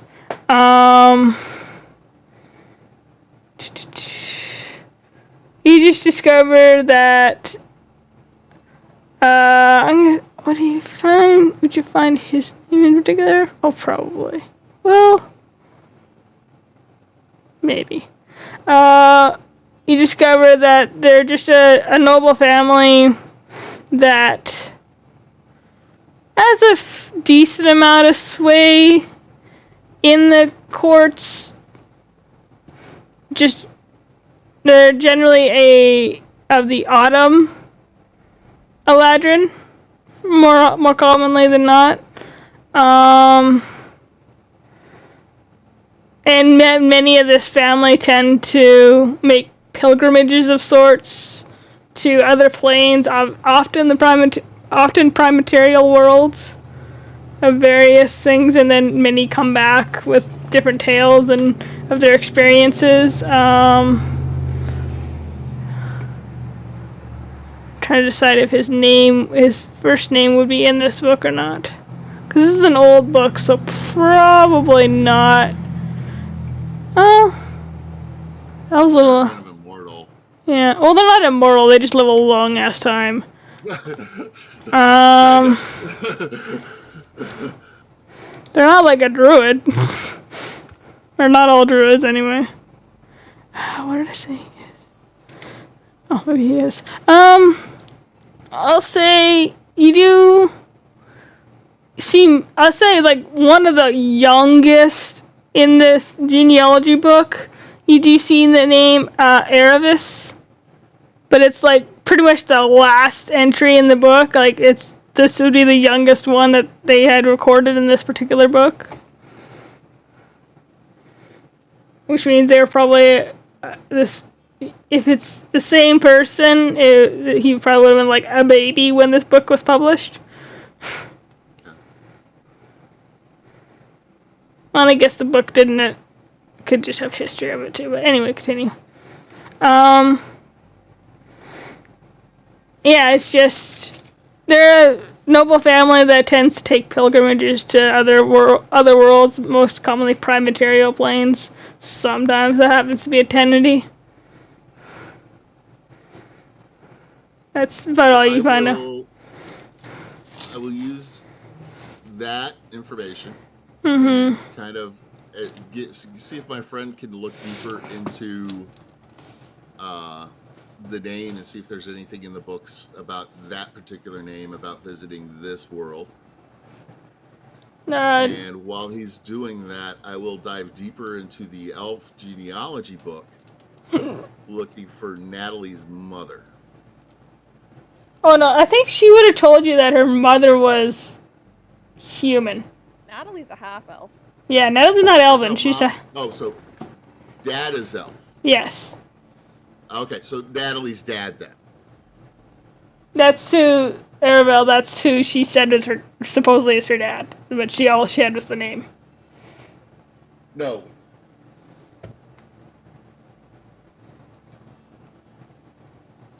Because yeah, all Natalie had was a name. She didn't, and the fact that he was obviously elven. But that's all. Okay. Then I will pull some. I will. While he's doing that, I'll look for some books on the actual royal family here. And get information about her mother and father here. Okay. Give me a second. I'm assuming the biological mother and her adopted father. Yeah. However that. I'd say. Dad. I would say that. Actual dad. Yeah, there we go. Yeah. I would say that in looking for that, my brain would actually wind up discovering that the book that he's looking for is the same one that Lyra is looking at, and he would wander over and say, "Oh, excuse me, miss, may I borrow that?" Or if you're done with it. Looking at it. Or the Gale, I guess. It's probably one of the more. You get a couple. There's more picture-y ones and text ones. Oh, yeah, I already looked at all the pictures. I mean, I already found what I needed in these books. All right, and he'll bring a couple of them back. Sorry, I'm just trying to find the right. Nope, I opened the wrong page. Oopsie. I'm gonna want to find out more about the history of Lyra's mother as well, about her younger days. Okay. How many ever years young Lyra is, about that time frame. I don't think Lyra's ever said her age, has she? I'm doing the fairy guess, which means I'm going to be way off in years. Probably. So I'll say you would discover that her mother's name is Queen Charlotte. Nope. Nope. Wrong. Catherine. My bad. Charlotte's the oldest sister. That's right. You're right. Charlotte's the oldest. Queen Catherine, and her father here is King Alexander. I was looking at the wrong line. And you would discover that Catherine was the first female to assume the throne after her older brother died before he could take the throne. And that this is pretty notable because for centuries before that, a female was not permitted to take the throne, but after disease swept through Cheliarinth and killed both the current king and her older brother, Catherine assumed the throne, despite being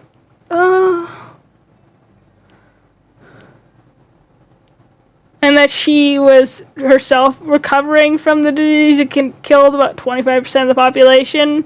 She still received a lot of opposition from the council of Cheliarinth.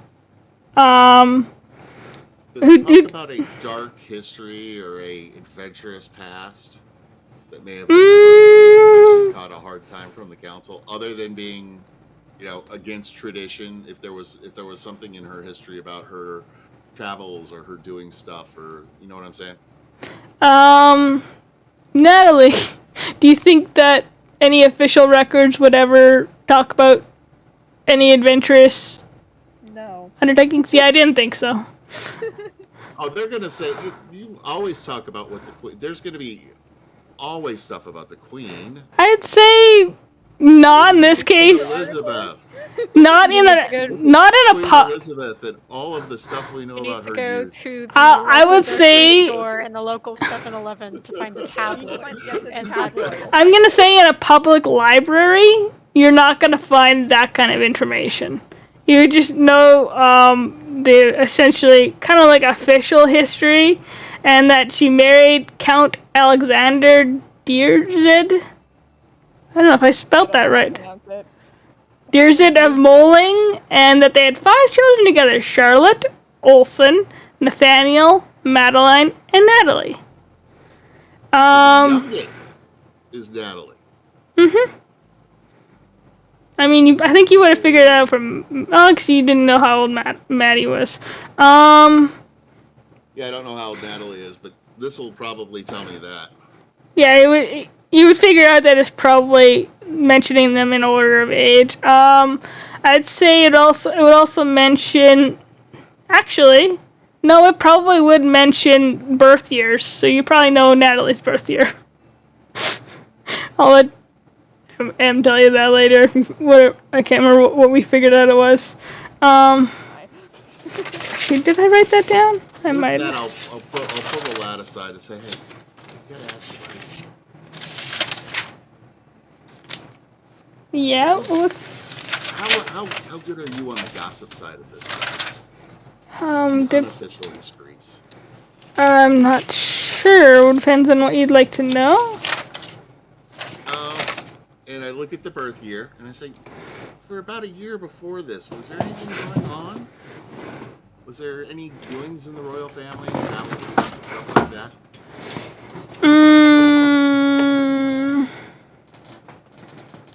What would he might? I don't. Not that I know of. I mean, they always traveled on business, of course. Would you have a copy of their royal itinerary?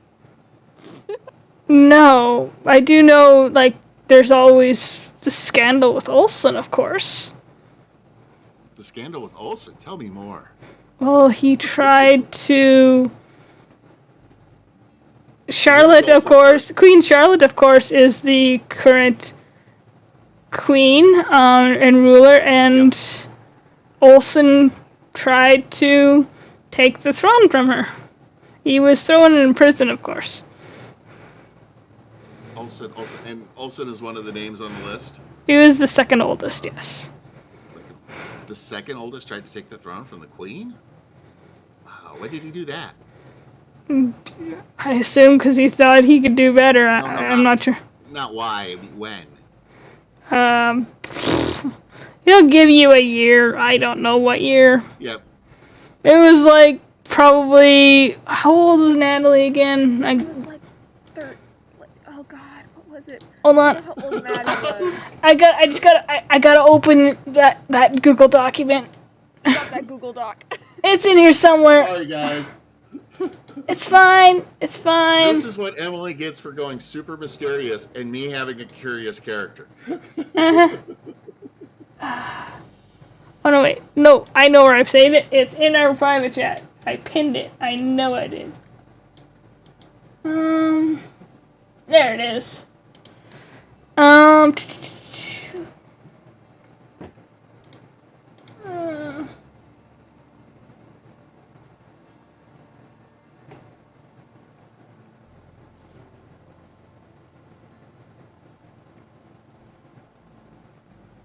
It was when she was when she wasn't there.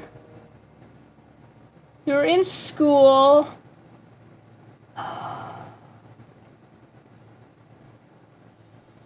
So we'll say it was probably around 13, we'll say, like just after you started school, because you were in school when it happened. Yeah. Like So we'll say 13, 12, 13. around Well, you start Hawthorne at 13, so we'll say 13, 14. 13. Okay. Just say, I think, Insert year here. yeah, insert year here. Now, and you don't know why he didn't like give a reason other than I would be better. I mean, he didn't say there was something wrong with the queen, something of her history or something like that that made her not worthy. Sorry, I'm just looking for the history. I hear this. How far away did they walk? He's sitting at a We're table. whispering. Yeah, he's whispering. So, okay, if you're whispering, unless you're intentionally trying to listen, you're probably not going to hear it. She's probably a little suspicious about why they took the book, Mm-hmm. but I imagine Gail was like, "Hey, Lyra, could you help, explain Read this to passage?" me? And Yeah, it totally. I get this word right here, but the rest of it. Fair. Gail's probably sitting there ranting like, "Oh, so the lineage is in the maternal line now, and your mother, she's the royal, and your dad's the one who married him." Yeah. Oh, that's different than it was.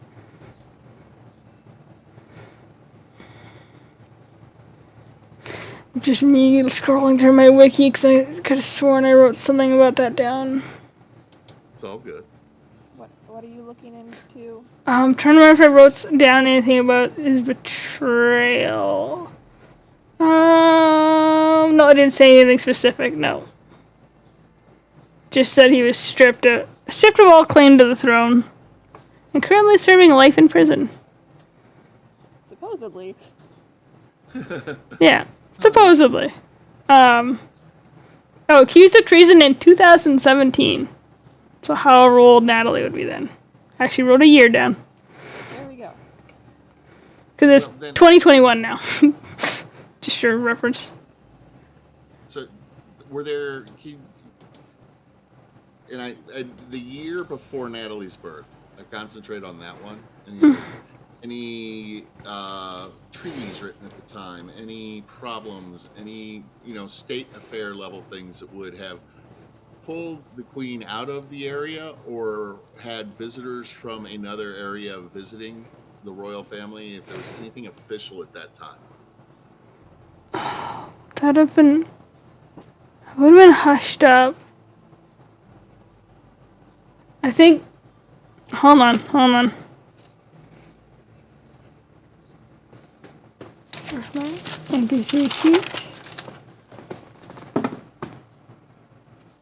I'll say he kind of gets a little quieter and kind of whispers, "Well, I'm not sure how accurate this is." Sorry, I'm leaning away from the mic. That was stupid. I'm not sure how accurate this is, but somewhere around that year, I did hear about something, some sort of like scandal with a guard. I'm not sure what it was about, but I did hear something.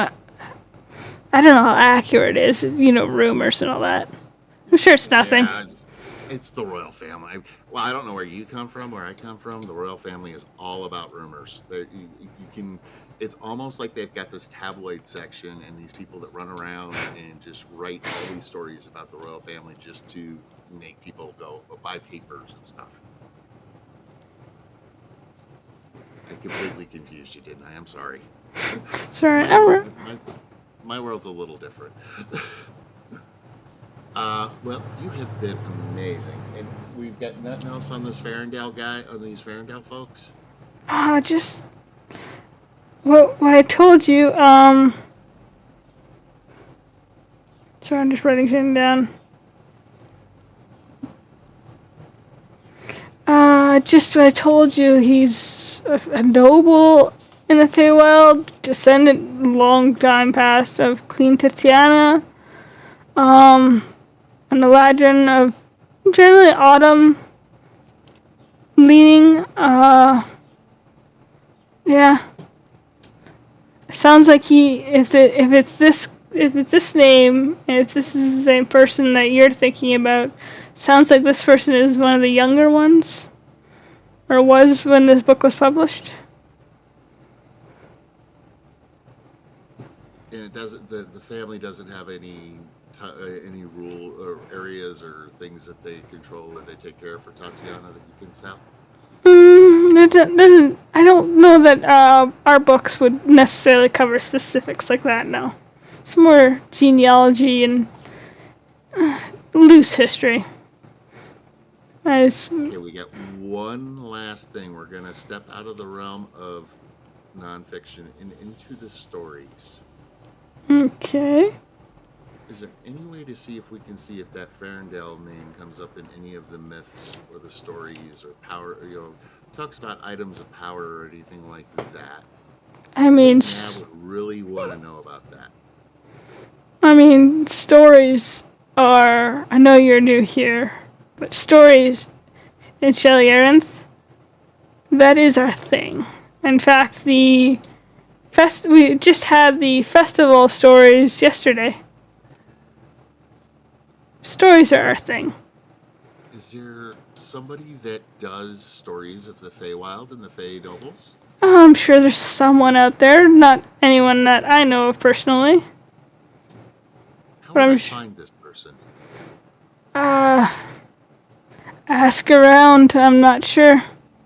I mean, is there a guild or is there a person Not in contact to start with? Not in particular. I mean, it's just stories. Okay. Oh, I have one other thing I want to ask you about. What's that?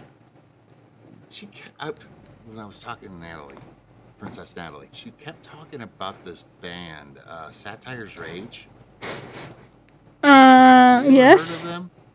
They're a rock band out of Shelley Arenth, or Stoniel, aren't they? The words. You ever heard of the name Vorad? No, I think he's one of the band. I think. I'm not really that kind of music isn't really my thing.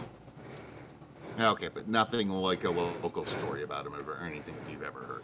No. You have been awesome, my friend. Thank you so much. I'm going through and writing down all the stuff that I can and putting it all together and folding it up and putting it away in my stuff. All right. You've helped me start my path. Now I just need to go find somebody who knows the stories. Maybe one of your storytellers will have a story that'll give me a better idea. You could always try the. Where is it? It's called the. Where is it? You can always try the Royal Story House. It's a stage or place where plays and other such things are put on, but there might be a storyteller there that's got tales from the Feywild. Beautiful. Did I see my friend go off with the other woman? No, they were on the 3rd floor when she came up to him, and she did not accompany him down. But you saw him come back. I'd say by now he's probably approached Natalie and Gale. So we'll jump back over there as you're finishing up and go back in time a little bit as your friend is walking over to you two. Hello! How is it going? Are you having fun? Very booky here. Did you find what research you were looking into? Oh, me? Not really. I didn't really. I basically learned what we already learned about this brand, you know? You were. Oh, To join the cult. of course, yes. Yes. Did you find the book on the brand? No, I spoke to a person. Do you remember who you spoke with? Yes, a very sleepy person named Adelaide. They were very nice. And I'm going to say, roll a history check. Well, yeah, I'll say history. Natalie. Lyra.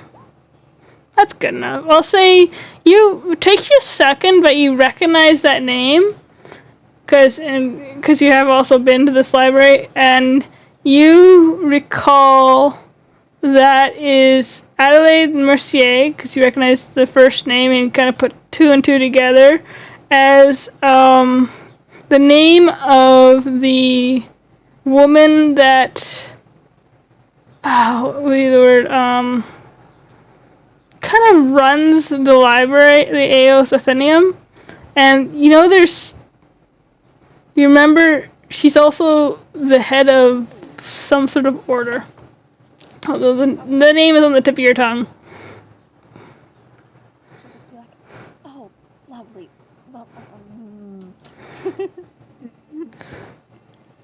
What was that expression? Are we gonna have to, stab our way out? Sneak our way out? No, she's the lady in charge of everything. Oh. No? We should probably, be heading out of here sooner or later. Have you been able to read everything you needed to? Gail, who's probably on the 3rd book of pictures, will just slam it shut, and she's like, yep, everything I needed. Looking back up towards the stairs is Adelaide just kind of like looking down at them.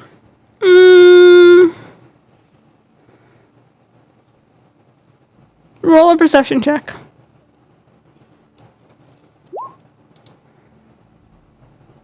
You kind of scan around that area, and not directly where you walk down from, but I'll say about 20 feet to around the corner from there.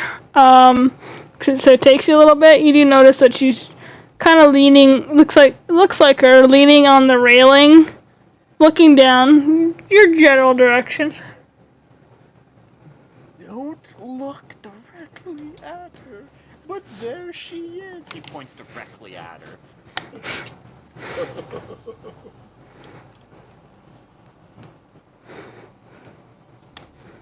She's a good, at least probably 80 feet away, so she's not, well, I'll say 80 feet away, so you can see her when he points her out, but you can't really see, facial features or any details. Thank you for letting us know your friend. Of course, that's why I'm your friend. Mm-hmm. Now where are we going? I think it's time I leave. Sounds like a plan. I suppose it is that time. I'll come along with you. Yes.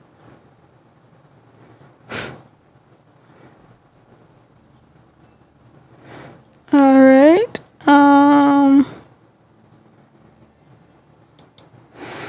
They're trying to let Quentin know. He'll figure it out. I'll say,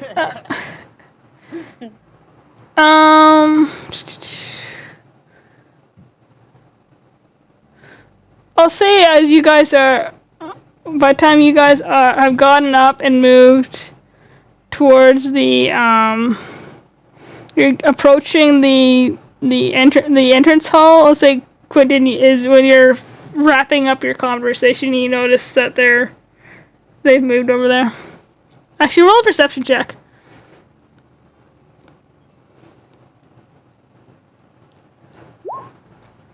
Yeah, you notice them towards the entrance hall.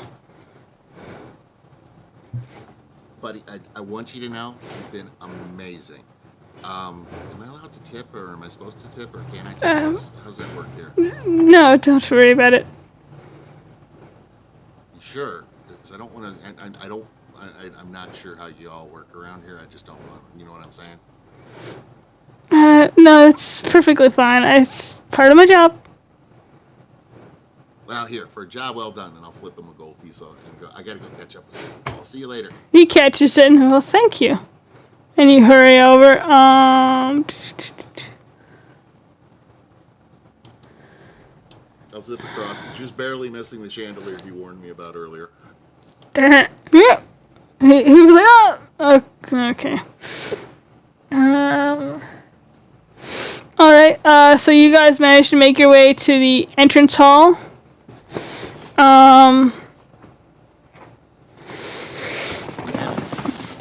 Got another place we gotta go. Does not respond when you call her that.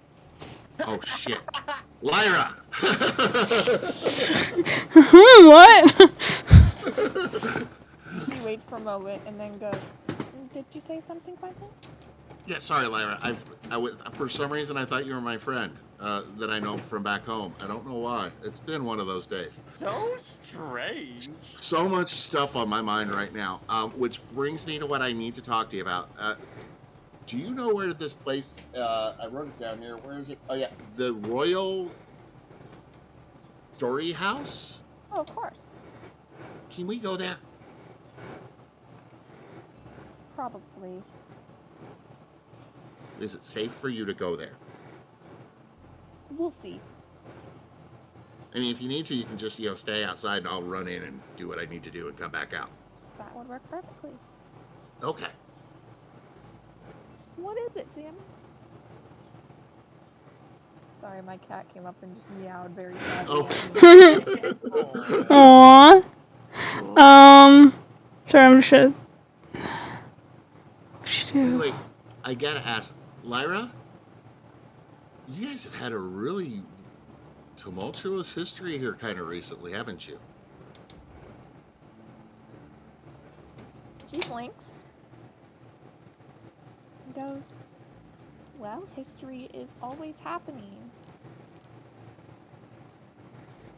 What do It you seems mean like- there's been a... And it seems like Multiple not a systems. great place to discuss it right now, does it? I'm waiting till we're getting outside. Oh, as you're approaching the front desk and passing her, the woman says, "Oh," and as your friend goes past, she goes, "Oh, excuse me, sir," your friend. Oh, yes, hello. I've been asked to,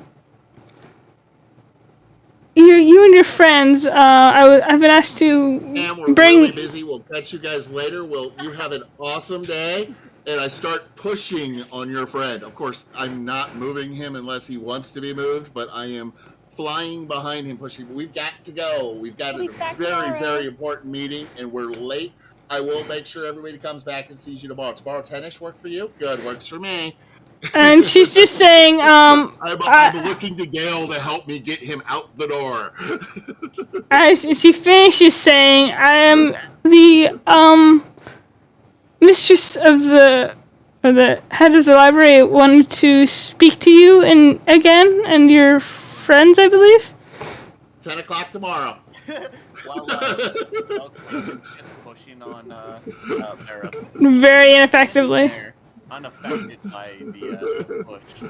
And he's just smiling at the person before glancing down at Quentin and reaches down to give his buddy a hug. 10 o'clock tomorrow. Tell her 10 tomorrow. We'll be by at 10 tomorrow. Oh, yes, yes. Ah, yes, my friend. And that will be by 10 o'clock tomorrow. Have a great day. Lyra's already Gail, gone help, out the door. Gail. She just pushed ahead. Gail will grab your friend's arm and try and help along. Okay, goodbye. He definitely is pulled along by Gail. She's like, all right. I'll let her know. And she lets you leave. So you are outside in the streets. Somebody want to tell me what that was about and why the head of the library wanted to talk to us? How about we get further away from the library? Keep going, keep walk, I walk, like walk, all walk. these hugs. Okay, walk and talk, walk and talk. Walk and talk. Got it. Okay, so as My history questions really kind of feel weird now. alright, you're walking and talking. You get a fair distance from the library. It's no longer in sight. Your friend, what did you do? Oh, I was researching. Weren't we all researching? I thought that's what libraries were for. Oh, that's funny. What did you say? Exactly. What did I miss? Well, I didn't say where we slept tonight. That's good, because we don't know yet. I didn't tell them that I have a smushed and old chocolate cake in my bag. I didn't mention that. Let me guess, you told them everything else. Not everything.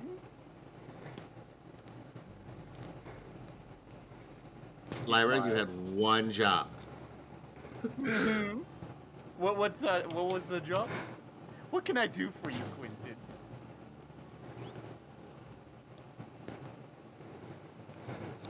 Just face palming and rubbing his whole forehead.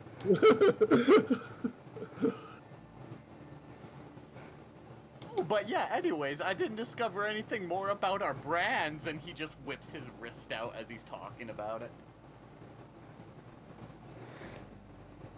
Okay, buddy, put it away. Put it away. Oh, we should be proud that we're part of a cult. Oh, but we won't call it that. Remember, we can't talk about it or show the brand because that's talking about it indirectly. Oh, if you showed the brand, you would need to tell us. Oh, well, I showed the brand. Lovely. Now I told you. We might have to revoke your cult admission, honestly, for this. Oh, no, you can't do that. You have stepped down a level.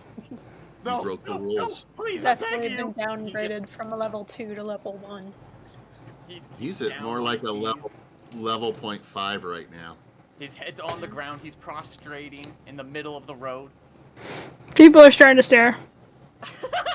No, please, you have to keep me in the cult. I swear I'll keep it secret. You're about to Don't go to a know. level 0. Stand up. Doing a pretty bad job of it right now. Am I still part of the cult? Barely. Council may have to discuss it. You're on super secret probation right now, buddy. Are you gonna take my brand away? Nah, we'll let you keep that for a while longer, but you better be careful. Well, alright. So what, so I shouldn't show the brand? I shouldn't. Don't show the brand. I shouldn't do research? You don't show the brand unless Lyra says to. And what is my role in our cult? Or not cult? Or what is my role in our not cult? Right now, your role is to not talk about anything revolving around the brand or the cult because you are on super secret probation. Super secret. deep in the secret level then, No, the entire probation. thing is just pretty secret. Oh, I see, I think I understand. Secrets tell no lies. That's what they say.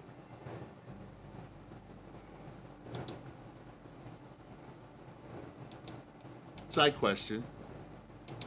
Hmm. Emily, Emily, did you ever mention your brother and his communique to us all? You did, right? No, I don't think she did, because it was all sending. She just looked very freaked out. Okay, I thought she said something about we needed to go find him.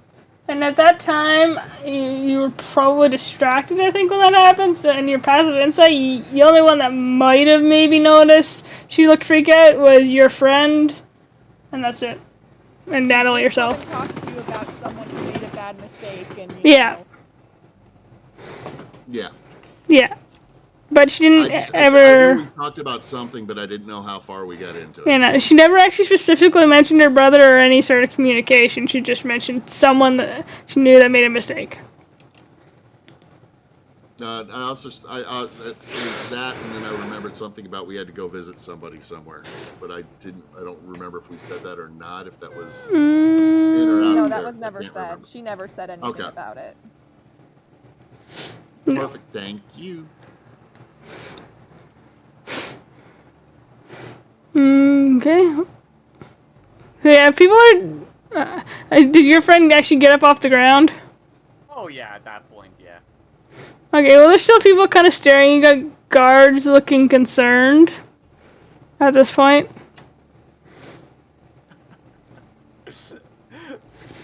Verith, like, seeing the guards looking at him, he just offers a wink towards them, knowing that they're also a cult.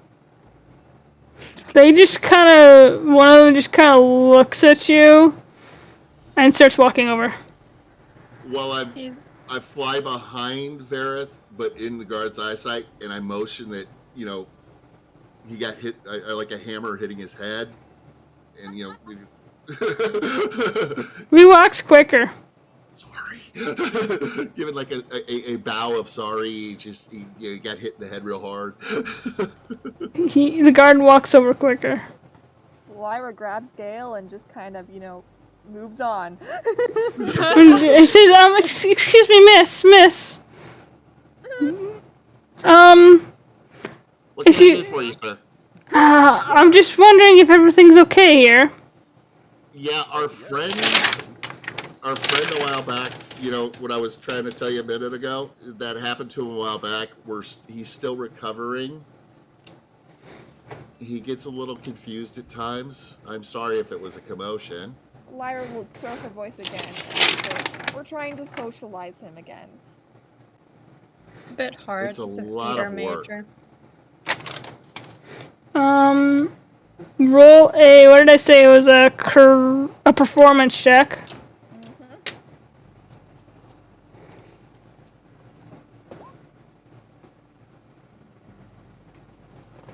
Oh shit! Dice go in the box.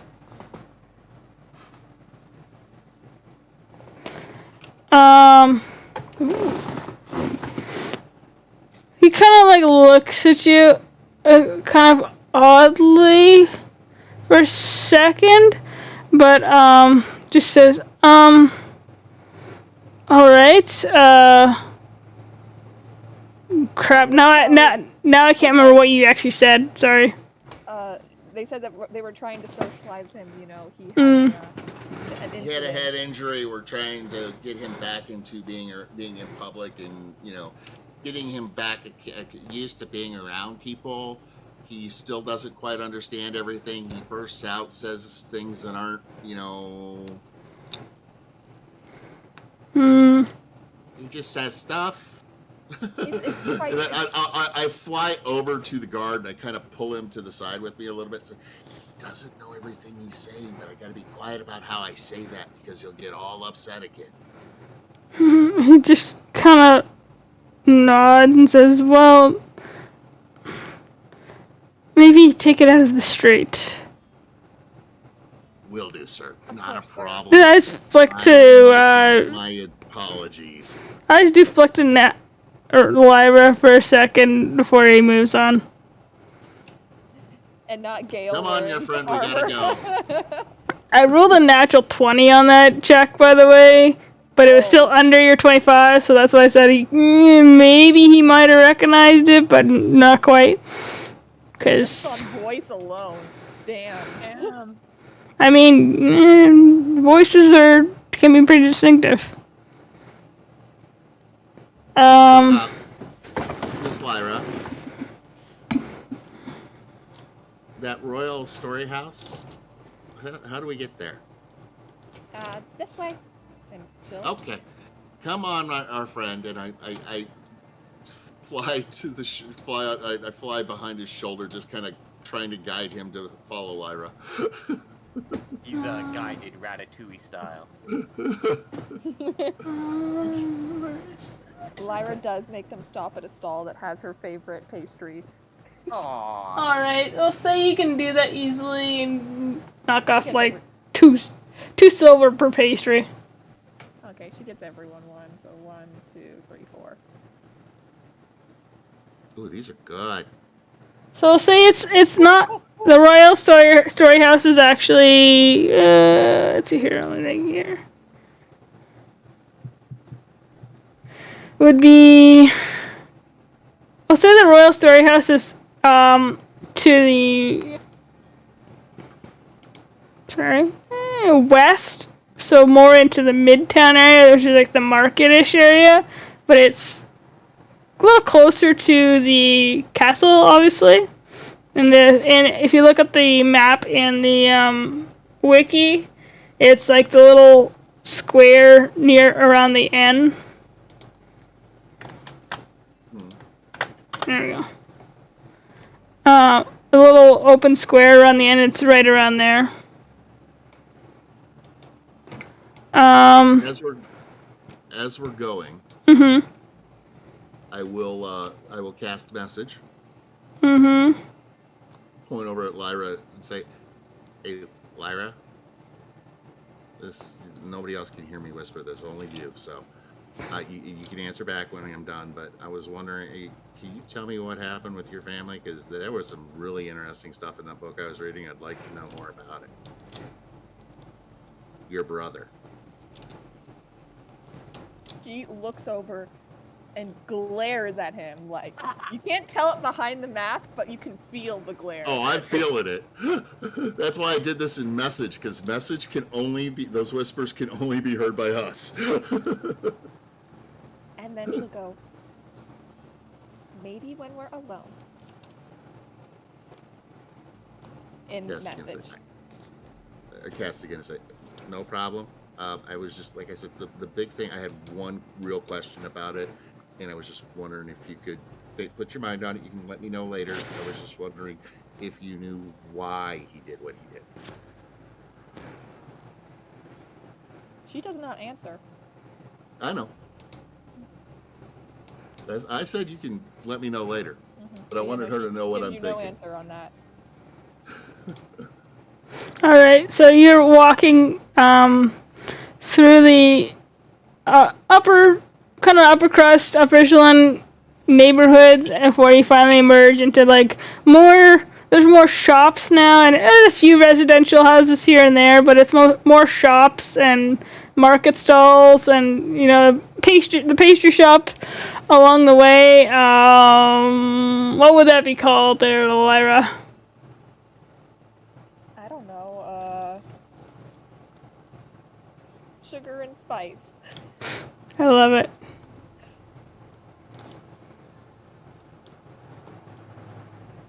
Actually, I'll also take off another one because she's stuffing one in her bag. Okay. There you go. So let's say these pastries are like pretty good. They're like, say there's like hints of cinnamon in them, and like what's the name of the thing? It's like a spice that, like, what would it be? How was it? Cardamom, maybe? That spice? Kind of. Yeah, I think cardamom, like, just a sharp taste with the sweetness of, like, the cinnamon. It's really good. It's a pinwheel shape. Definitely. And you eventually make it towards the Royal Storyhouse, and as you merge into the square, it's lined by many stalls, and there's, like, at the moment, there's, like, a little kind of, like, a few stalls in, like, rows off to one side with, like, they're just, like, the standard cloth stalls, like, take down every night type of thing. And across the square, you see this grand, like, auditorium-looking building. I think the Sydney, Australia, what's it called? Opera house. Yeah, the Opera House. That kind of building, but, like, it's obviously smaller than that, but just that general shape to the building, and the roof is built out of that blue glass. And it just says Royal Shelley Story House across the front in, like, a nice gold script. Kind of sparkles itself. And that's the story house. So, Lyra, did you want to come in with me, or did you want me to do this on my own? No idea what you're going in for. Oh, I got to get some history about. I want to see some stories that you guys might be telling. I looked at the nonfiction side. I want to see if there's something on the fiction side about Mab and Tatiana. Is it another place full of books? Same twinge of voice. Storytellers. Out loud. You know, like the stories I've told you guys? Oh, that's way better. Why didn't we come here the first time? Does everybody want to go in with me? And Quentin, you get that same ringing of that voice, but mixed kind of with the flash of the vision of the room, as the voice is echoing through the chamber. It's just a quick flash as you're talking. I gotta remember to quit saying that. That hurts. Sorry about that. Mentally distracted. I know. Lyra, go ahead. Insert your joke here. I was going to say Lyra will lean over to Gale and say, I had my first kiss in here during a telling of Elena's night. Was it with the boy from before? Oh no, it was a different one. Yeah. Oh, so it's not faux rod kisses. Huh? What'd you say? Nothing? No, that was me asking. Oh. Oh, I said it's not faux rod kisses. Okay, Vorod, okay. I heard it's not full of rat kisses. I'm like, what? What did we say? I barely heard it myself. Saying his name right, but Verod, yeah, you're right. You're saying it right. You're saying it right. It said like it's spelled. At the worst time. Yeah. I barely caught it myself. Yeah. So you all proceed towards the story house. Yep. Alright. You walk towards the story house, and there's like a grand kind of staircase going up. It's like a kind of plush carpet going down these like marble staircase outside type of thing. And there doesn't appear to be many people trickling in, and it must be like between shows. There isn't a show scheduled right or anytime soon. But as you approach, you just see there's a what's this? What's one of the stories? Give me a second. Oh, come on. Daily life. I wrote these down. Come on. I'll say there is a poster, like behind glass, telling of that there's going to be a telling of the children of Ladena, in like a couple of weeks.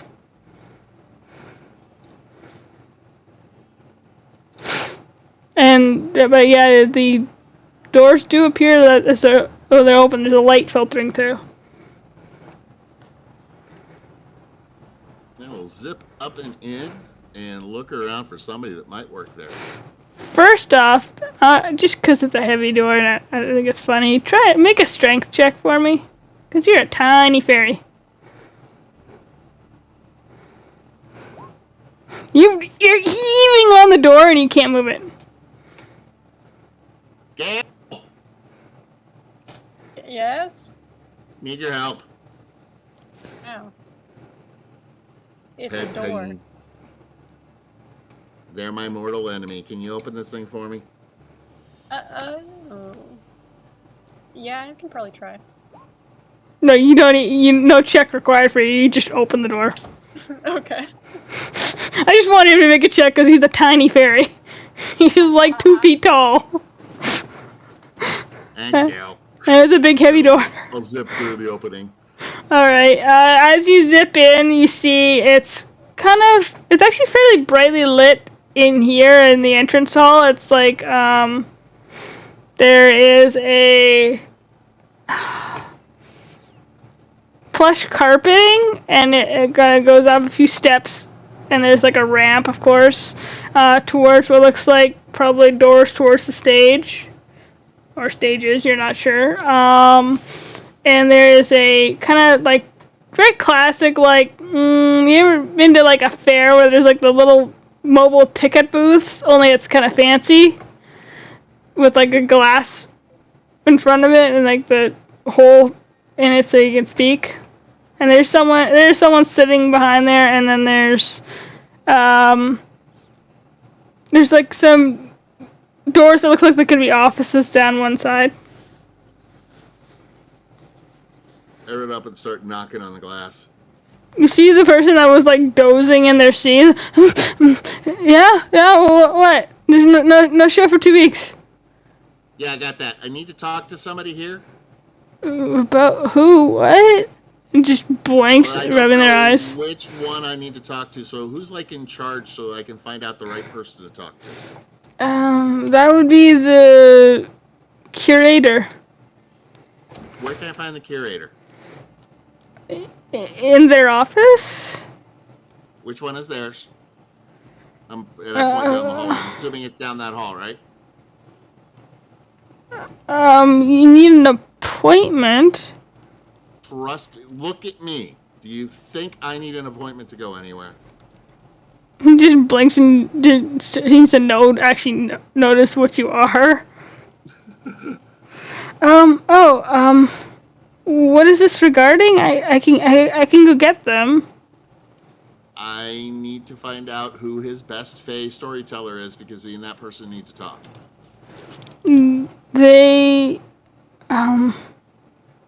Is there a particular reason what is this referring to? They'll want to know what I have to say. I'll go get them. And they kind of like open the little door off the side and scurry out down the hall.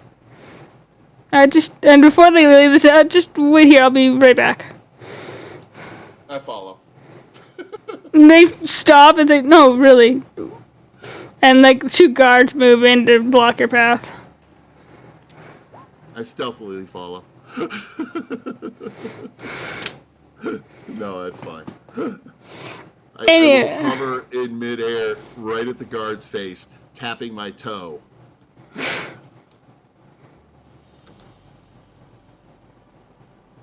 Hold on,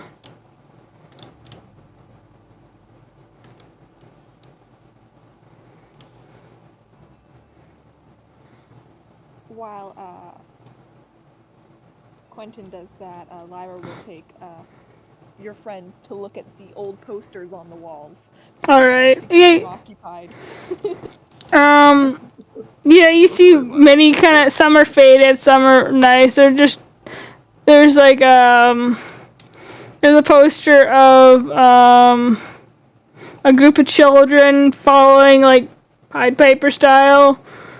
Someone out of a village. There's a group of, there's an image of, a woman with like this really nice, huge dress. I'm trying to remember what these stories are about as I'm telling this. Yeah, I've got some of the names of them, but that's about it. And then there's what looks like a more historical looking poster that has like, it's just called The Founding. Just all sorts of any sort of posters you can imagine. Short while later, the clerk comes back with an elven figure, kind of they look like they're a little more on in their years, but not like for an elf, not too old, but like a little rounder for an elf. It's like round body shape. They're wearing a very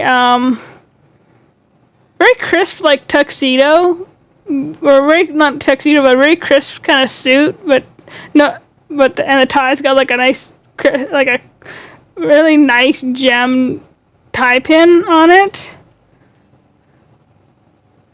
And they've got their hands folded in front of them, and they walk up and shoo the guards away and say, yes, you were looking for me?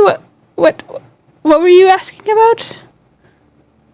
My fairy friend? I need to talk to whoever your best storyteller is with stories of the Fae. Well, I have pardon. an exchange to offer him on a story about the Arrow King. The what? The Arrow King. They say, and pardon my manners, my name is Rochard Lier, Rochardliere.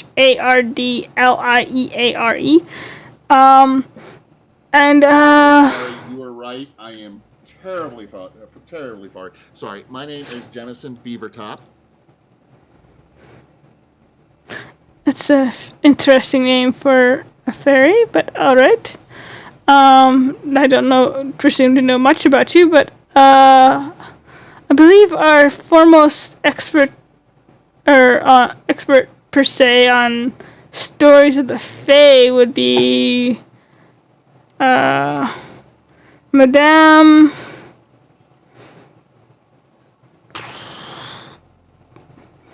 Tiara, because I suck at names. Names are the hardest. They come that way on purpose. She's not here in the story house today, as far as I'm aware, but I know a few Fae stories. Is there anything in particular you were wondering about? I actually have a quid pro quo story. I'd like to talk to her and see if she had information upon some things that I am seeking about the summer court. Well, I'm not sure when. Histories of powerful items in the summer court.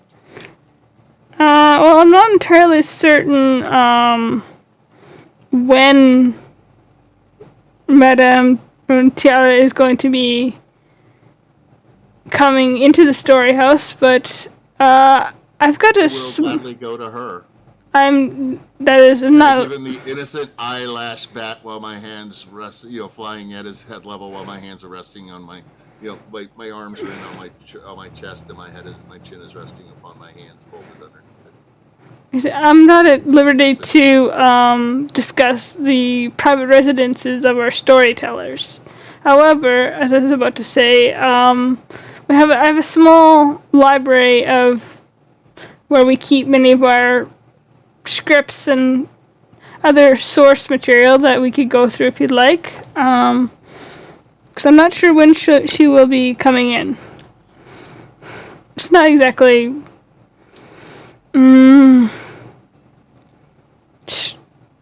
expected to come in every day.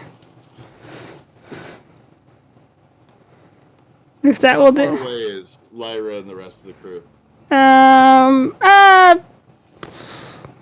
lobby's decent size. They're probably a good 50 feet away, unless they want to be closer.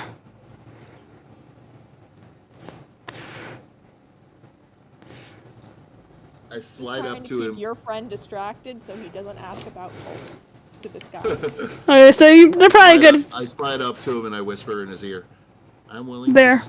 to share a story of the wild fae and the Arrow King and the Great Hunt. The Wild Hunt, actually. In return for any stories that you may have on the Ferendale clan and what they may be protecting for Queen Titania. I always welcome new stories to the story house. And if you follow me, I can. Allow me to wet your whistles a little bit. The Arrow King, Lord Henry, He sat upon his throne, a figure of 9 feet tall, covered in black armor from head to toe. He had a lean look, an athletic look to him despite the armor, and his helmet covered his head and veiled his face in darkness. He was surrounded by the goblins he rules, and his feet rested on the skulls of all those he had hunted. Interested? They kind of chuckle and just say, "Well, if you had." I'm not very good a storyteller. Can I talk? Yeah, sorry. They say, "Well, if you had given me a moment, I was going to say any story. We are welcome. We welcome with any story. And in exchange is always good. But if you'd follow me, we can go to our back room where we have our source material and other scripts and see what we can find." Okay. Lyra, I'll be back in a little bit. Thumbs up. Unless you want to come.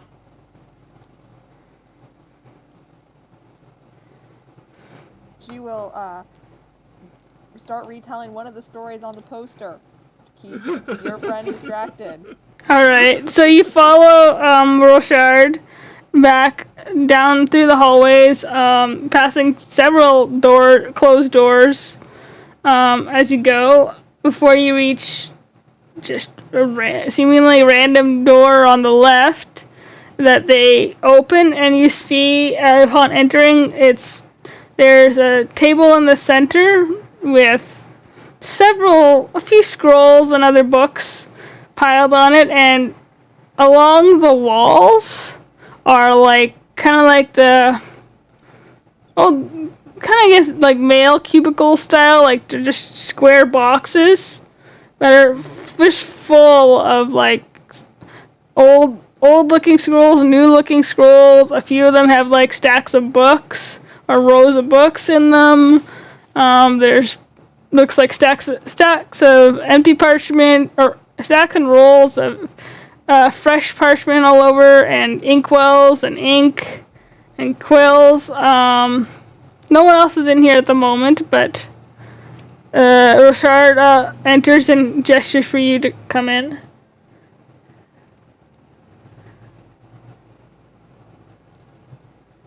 Hoping it's not a trap. So you as you fly in, they kind of close the door behind and say, "All right, so the Fae you said in Ferendale? It's not a." It's the Ferendale family, and I believe they are a direct descendant of Titania herself, the queen of the Summer Court. I'm guessing that she may have them guarding something, but I'm looking for more information about them and what they do.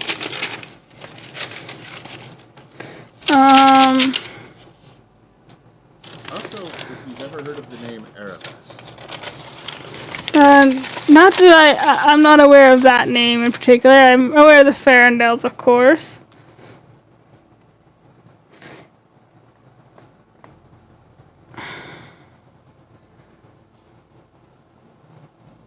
It's alright.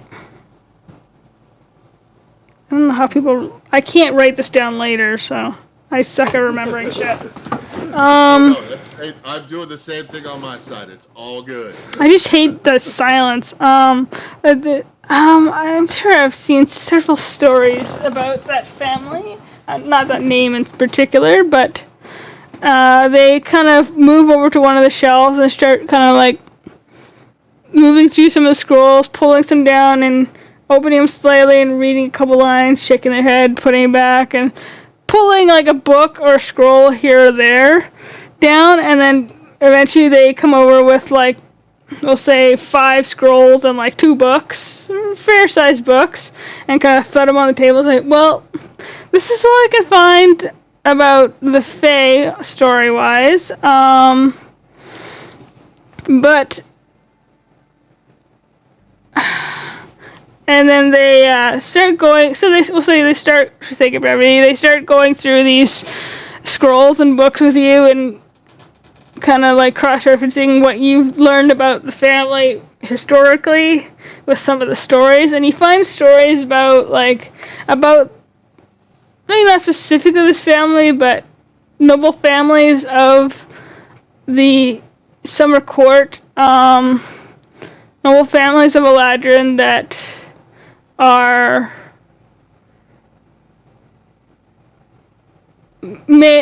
there's stories about famous like names you don't even recognize even from the genealogy books that you were reading. Just they could be made up. I mean, it's stories, right?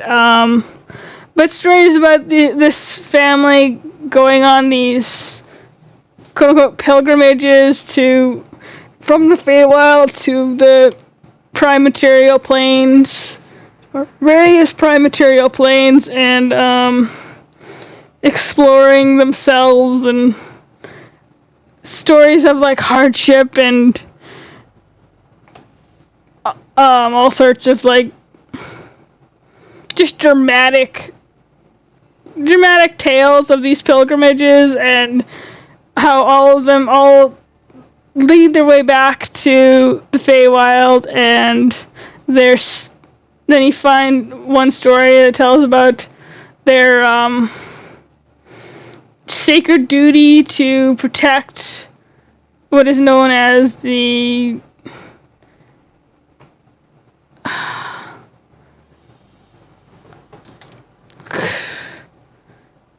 Crystal of Nemeth.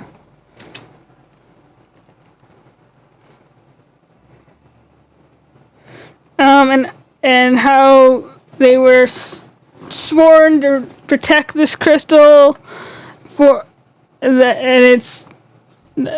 it held some sort of importance in the courts. No one knows what it does, or not many have ever seen it. And they just kind of like, oh, of course, this is all stories. No one can prove this stuff exists, but it's possible. And yeah. Thank you. That I think that helps. When he said that, I didn't get any flashes, right? Anytime you're talking about the courts, you keep getting those same flashes.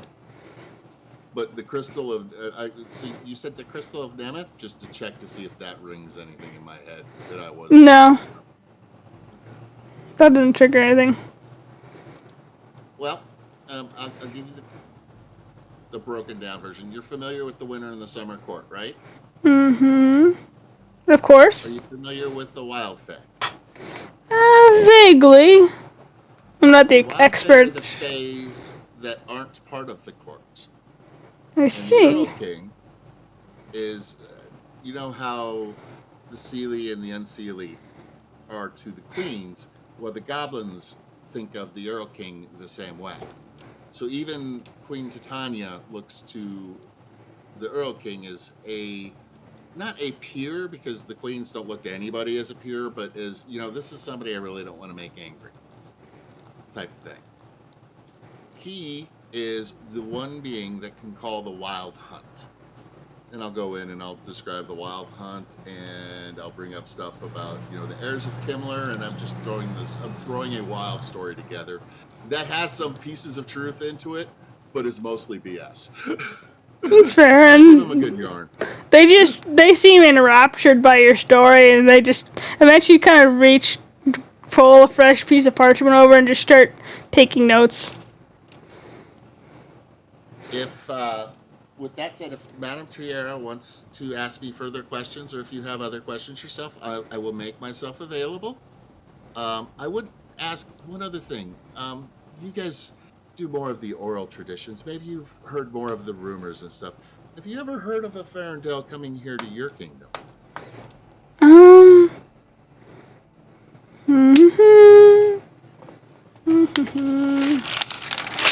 Maybe 20 years or so ago.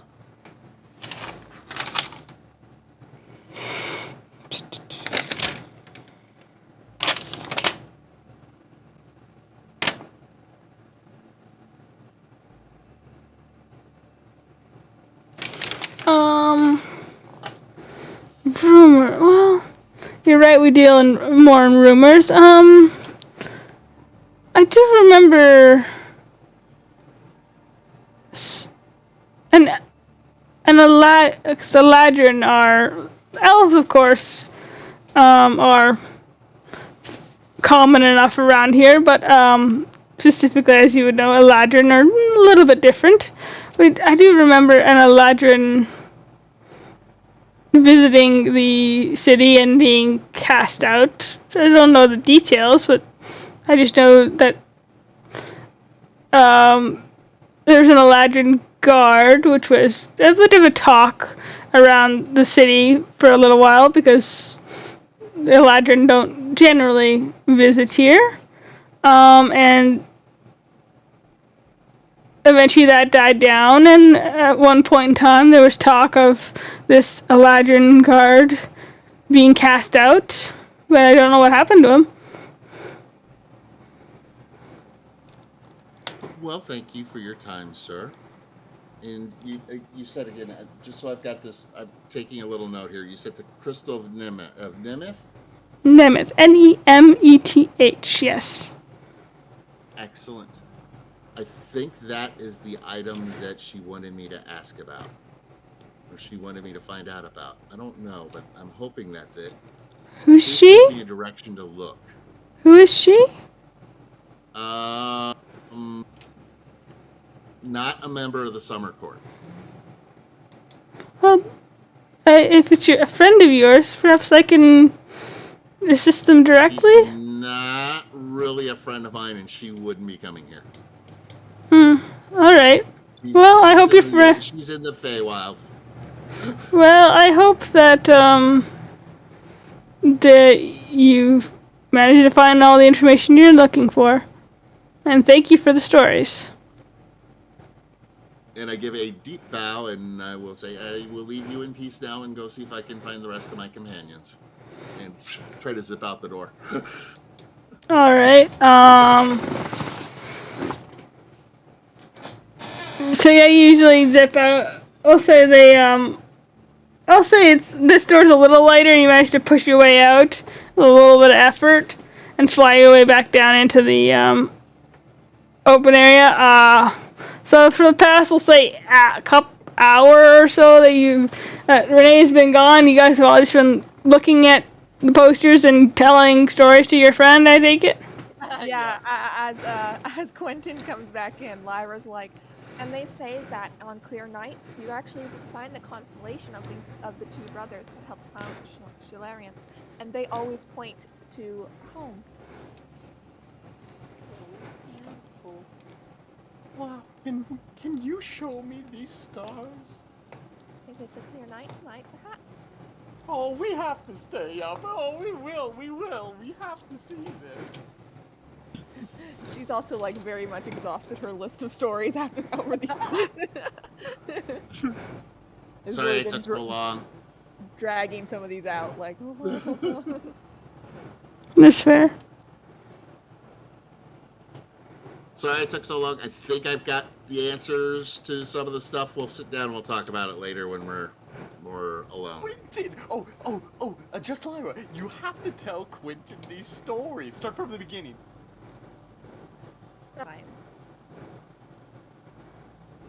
She'll tell me she's got. Oh crap! I'm out of words. Lyra, it's Go your on. turn to come up with something. I think we all might be a bit storied out for the day. Yeah, I just heard a bunch of stories. I can't do any more stories today. My brain is full of them. But please, Lyra, I would beg you to tell me the stories another day. Of course. Perhaps when I won't have to reiterate them for Gale and your friend. Sounds brilliant. You guys exit the story house. Tonight, though, Quentin, we're going to see the stars. You guys exit the story house. I imagine. Yeah, that's so. it for me. Okay. As you walk out of the story house, you see a pair of what you would recognize, Lyra, as royal guards approaching and beelining it for your friend. I love that I've become a plot device. I don't know if that's a good thing or a bad thing. It's a good thing. I like it. And they're like, "Excuse me, sir. Oh yes, hello. I've been asked and requested that I bring yourself and I believe your friends to the castle. Are you? There is You know what? We can't do that right now. We've got a meeting with the girl at the library at 10 tomorrow. We can squeeze the castle in at 8. Do you think an hour and change is enough at the castle, or are they going to need us for the longer? queen requests I may it. need to let the other lady know that we'll be a little late. The queen requests your presence now. Yeah, but And my he's- queen is obviously not here. Lyra casts Charm Person. Thank God. Yeah. Wisdom save. Hold on. It has to make a Wisdom 18 save. Militia.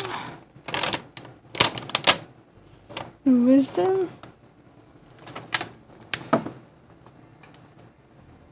You just see what happens if they pass the save. They know that you cast a spell.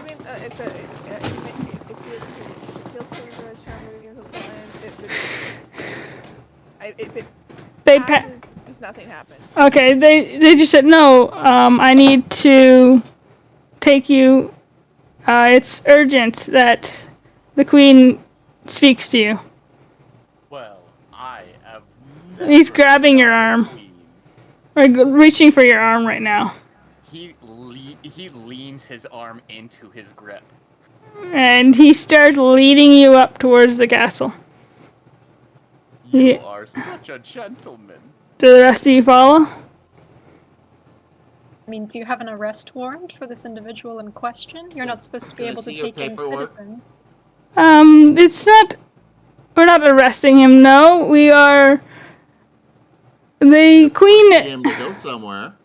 He apparently is very willing. And they're still It's walking. actually not. We have a very short appointment that we need to be going to directly after this. Like Sir, would you a smaller stay up friend and here watch? said. We will ensure that you get to your appointment. Don't worry. It should not take long. And there's guards closing in behind All the you. way to the castle. That's like an hour. No. I'll look back over The castle is like right there. Lyra, Practical. Gale, why don't you two go ahead and head to our next appointment, and I will go with our friend up to meet the queen. And the guards kind of close in and say, "No, we're informed. No, we're not. Can I talk? They say, he says, no, it's not that. We're not arresting you, but the request was for this gentleman and his friends, all of you. Well, I'm his friend, and I'll be going with him. These two are not his friend; they're my friends, and they have to go let our next appointment know that we won't be there in time. You'll be there in time. Yeah, that's what you said. Oh, who did we lose? Oh, Oh, we lost Striss. there she is. She's back. There we Wow. go. This is, I've been told it's of a vital importance that, you, Then you'll have over half of us. There's 2 guards, correct? no, there's like 5 and growing at the moment. We'll say there's 5.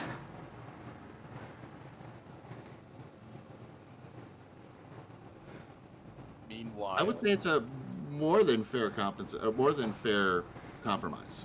I've been instructed not to compromise, that you were all requested. You are arresting us. We're not arresting you unless you force us to. classic So- cop move. We're either being arrested or we're either doing what you say willingly, or you're going to arrest us and make us do it. So either way, we're arrested. Would you like to disobey an order from the Queen? We are trying to find a way to do both your Queen's order and our Queen's order. So which Yeah. Queen do I follow? What Queen are you talking about? Queen Mab. I'm not sure what Notice Queen this is. Very. I'm not. I see that you are fairy. I know nothing. I do not know that much about the Fae, but She is my Queen back there, and she has us on a certain mission as well. well, right now you are in the Into codes if they don't do what she says. right now you are in the realm of Queen, or within the kingdom of Queen Charlotte, and she has requested your presence. Hence the reason And why I'm it- offering the compromise. And the compromise is refused. Okay, then we're being arrested. Fair enough. I hold my hands out for my shackles. They just step in closer. Lyra, is that even something they can do legally, or do we have a good old case of guards going against the common good? Is she familiar with these guards at all? Probably. They look like they're from the castle. Okay, so does she know some of them, maybe? Probably. Roll a perception check. Why not? Okay. And then roll a d20 and say high or low. So roll a d20 and say high or low first.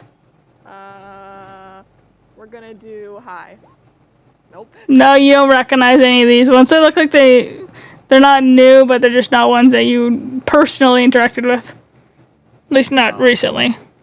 Well, Okay. go ahead.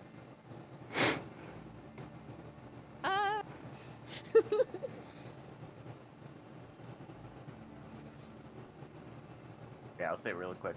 Yeah, go ahead. While Vareth is being escorted, he's quizzing the guard on their recruiting. Oh no, they stopped in place because they're trying to get your friends to come with. I thought the one guard had walked away with us. No, No, away with me. they started to, and then because no one else was really following, or they were putting up a fight, they stopped and are waiting for everyone else to agree to come with. Oh, then Vareth gets confused and begins to try to lead the guard out. And he's just, oh, hold on, sir. I'm just trying to get your friends, convince your friends that we mean no harm. You Right. delay the queen, good sir. We must go now. Precisely. If you could convince your friends that it's all fine and they're free to go as soon as whatever she has to say. We're not free to go. We do not As soon. discuss guard duties. Wow. Apparently people don't let me talk or listen to me. Go ahead, Care. As he was saying, he says, as soon as she's finished whatever she needs to speak to you about, I'm sure she'll let you go. It just seemed urgent, and apparently you have information that she needs. Or may have information. Okay. Lyra sees this is pretty hopeless, but does not want to go to the castle. She will take off her mask. She does not have her disguise up anymore, and goes, "Listen, I got permission to come out here, so please do not threaten my time. This is my guard here. You can take these 2 friends if you'd like, but I don't want to lose out on my personal time." This guy's Step up like. beside. Sorry, God. I tried to Yeah, save we'll you, step buddy. up beside Lyra and say, we're currently above your jurisdiction. Quick question, Under our quick own- question, Natalie. I can't remember. When was the last letter you sent home? Oh god, it's probably like a week or two ago. Because we obviously weren't sending any letters while we were out traveling. Mm-hmm. But it That probably was. we were traveling for like 2 weeks, right? It was at least a couple of weeks because it was like 6.5 days. Said one. It was 6.5 days from the edge of the Crest Plains to the tomb. And so I said I think it was about a couple weeks from Aquarian to there. And then the time, and even if you sent one, I don't think you sent one in when you left the tomb. Even if you sent one in, say, Doncaster, you had to travel. Yeah. So then, at least a couple weeks. At least a couple weeks, like 3 weeks. I think he kind of looks at you, kind of shocked and confused.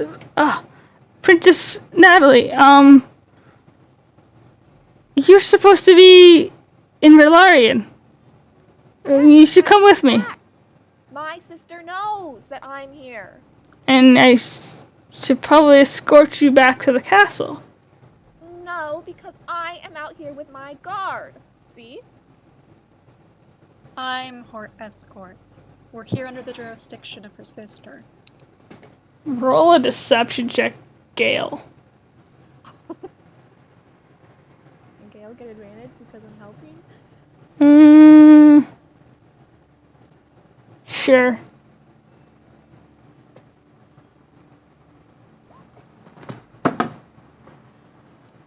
I can't roll today. That was for the history check. Also, I'm not technically lying, so it's more like persuasion. So lying. No. I'm her guard. I'm here with her the knowledge of her sister. Except for knowledge of my sister. he just kind of looks and says, I think he said, well, I appreciate you guarding the princess. I don't think that you're out here with permission.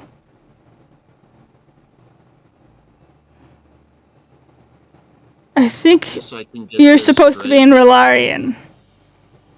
And it's dangerous out here, princess. This is quite literally a day trip. We arrived this, Morning. early really. around noon?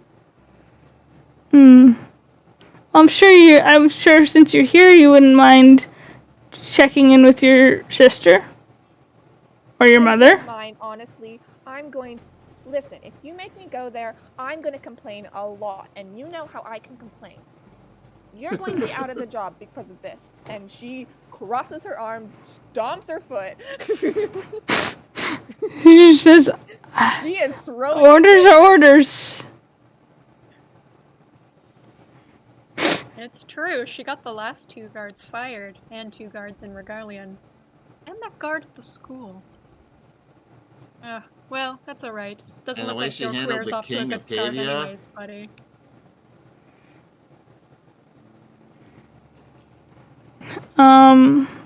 But she will, like, she knows she's not winning this anymore, so she will go, but, like, she's making a fuss about this the entire time. That's fair.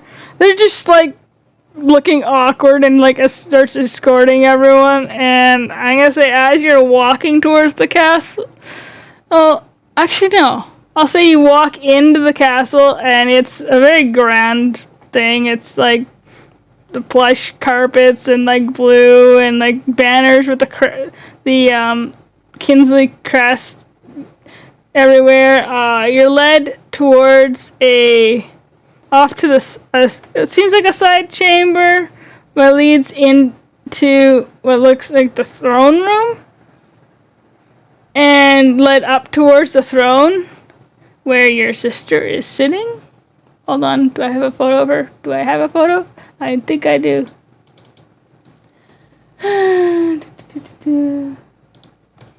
God Gale is damn. critiquing every flaw the guards are making and how sloppy their regiment is, and every single time they take a step out of line. Mm-hmm. Please tell me I saved that photo.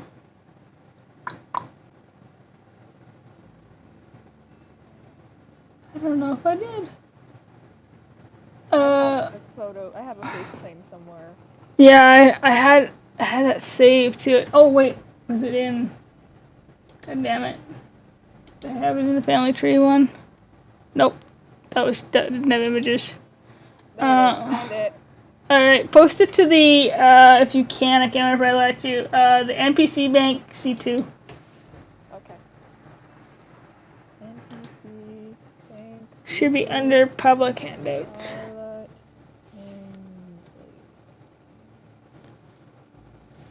There we go. So it's a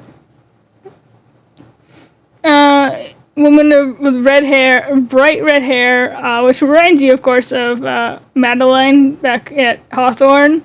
Fair skin. She's sitting there. I'd say she's in a more still formal attire, but a little bit more relaxed. And as you approach, she just looks completely shocked and says, "Natalie, I thought you were in Relarian. Where have you been?"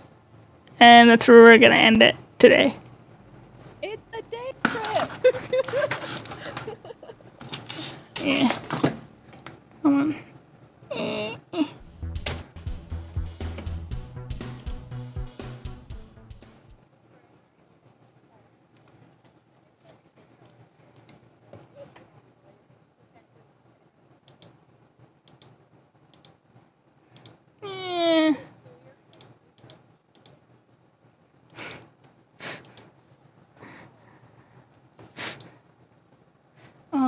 Who am I rating?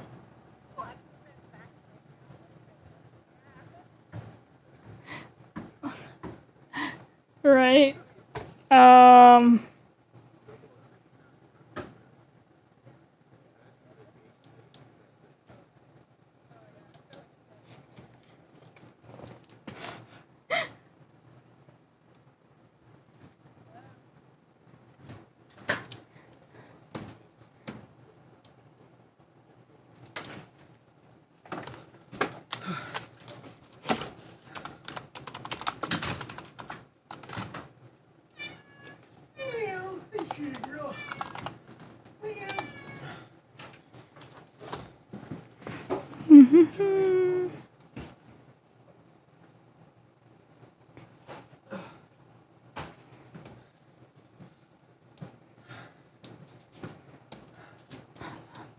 Honestly, I gotta say, if Bareth hadn't showed that mark, Adelaide wouldn't have been worried, such suspicious.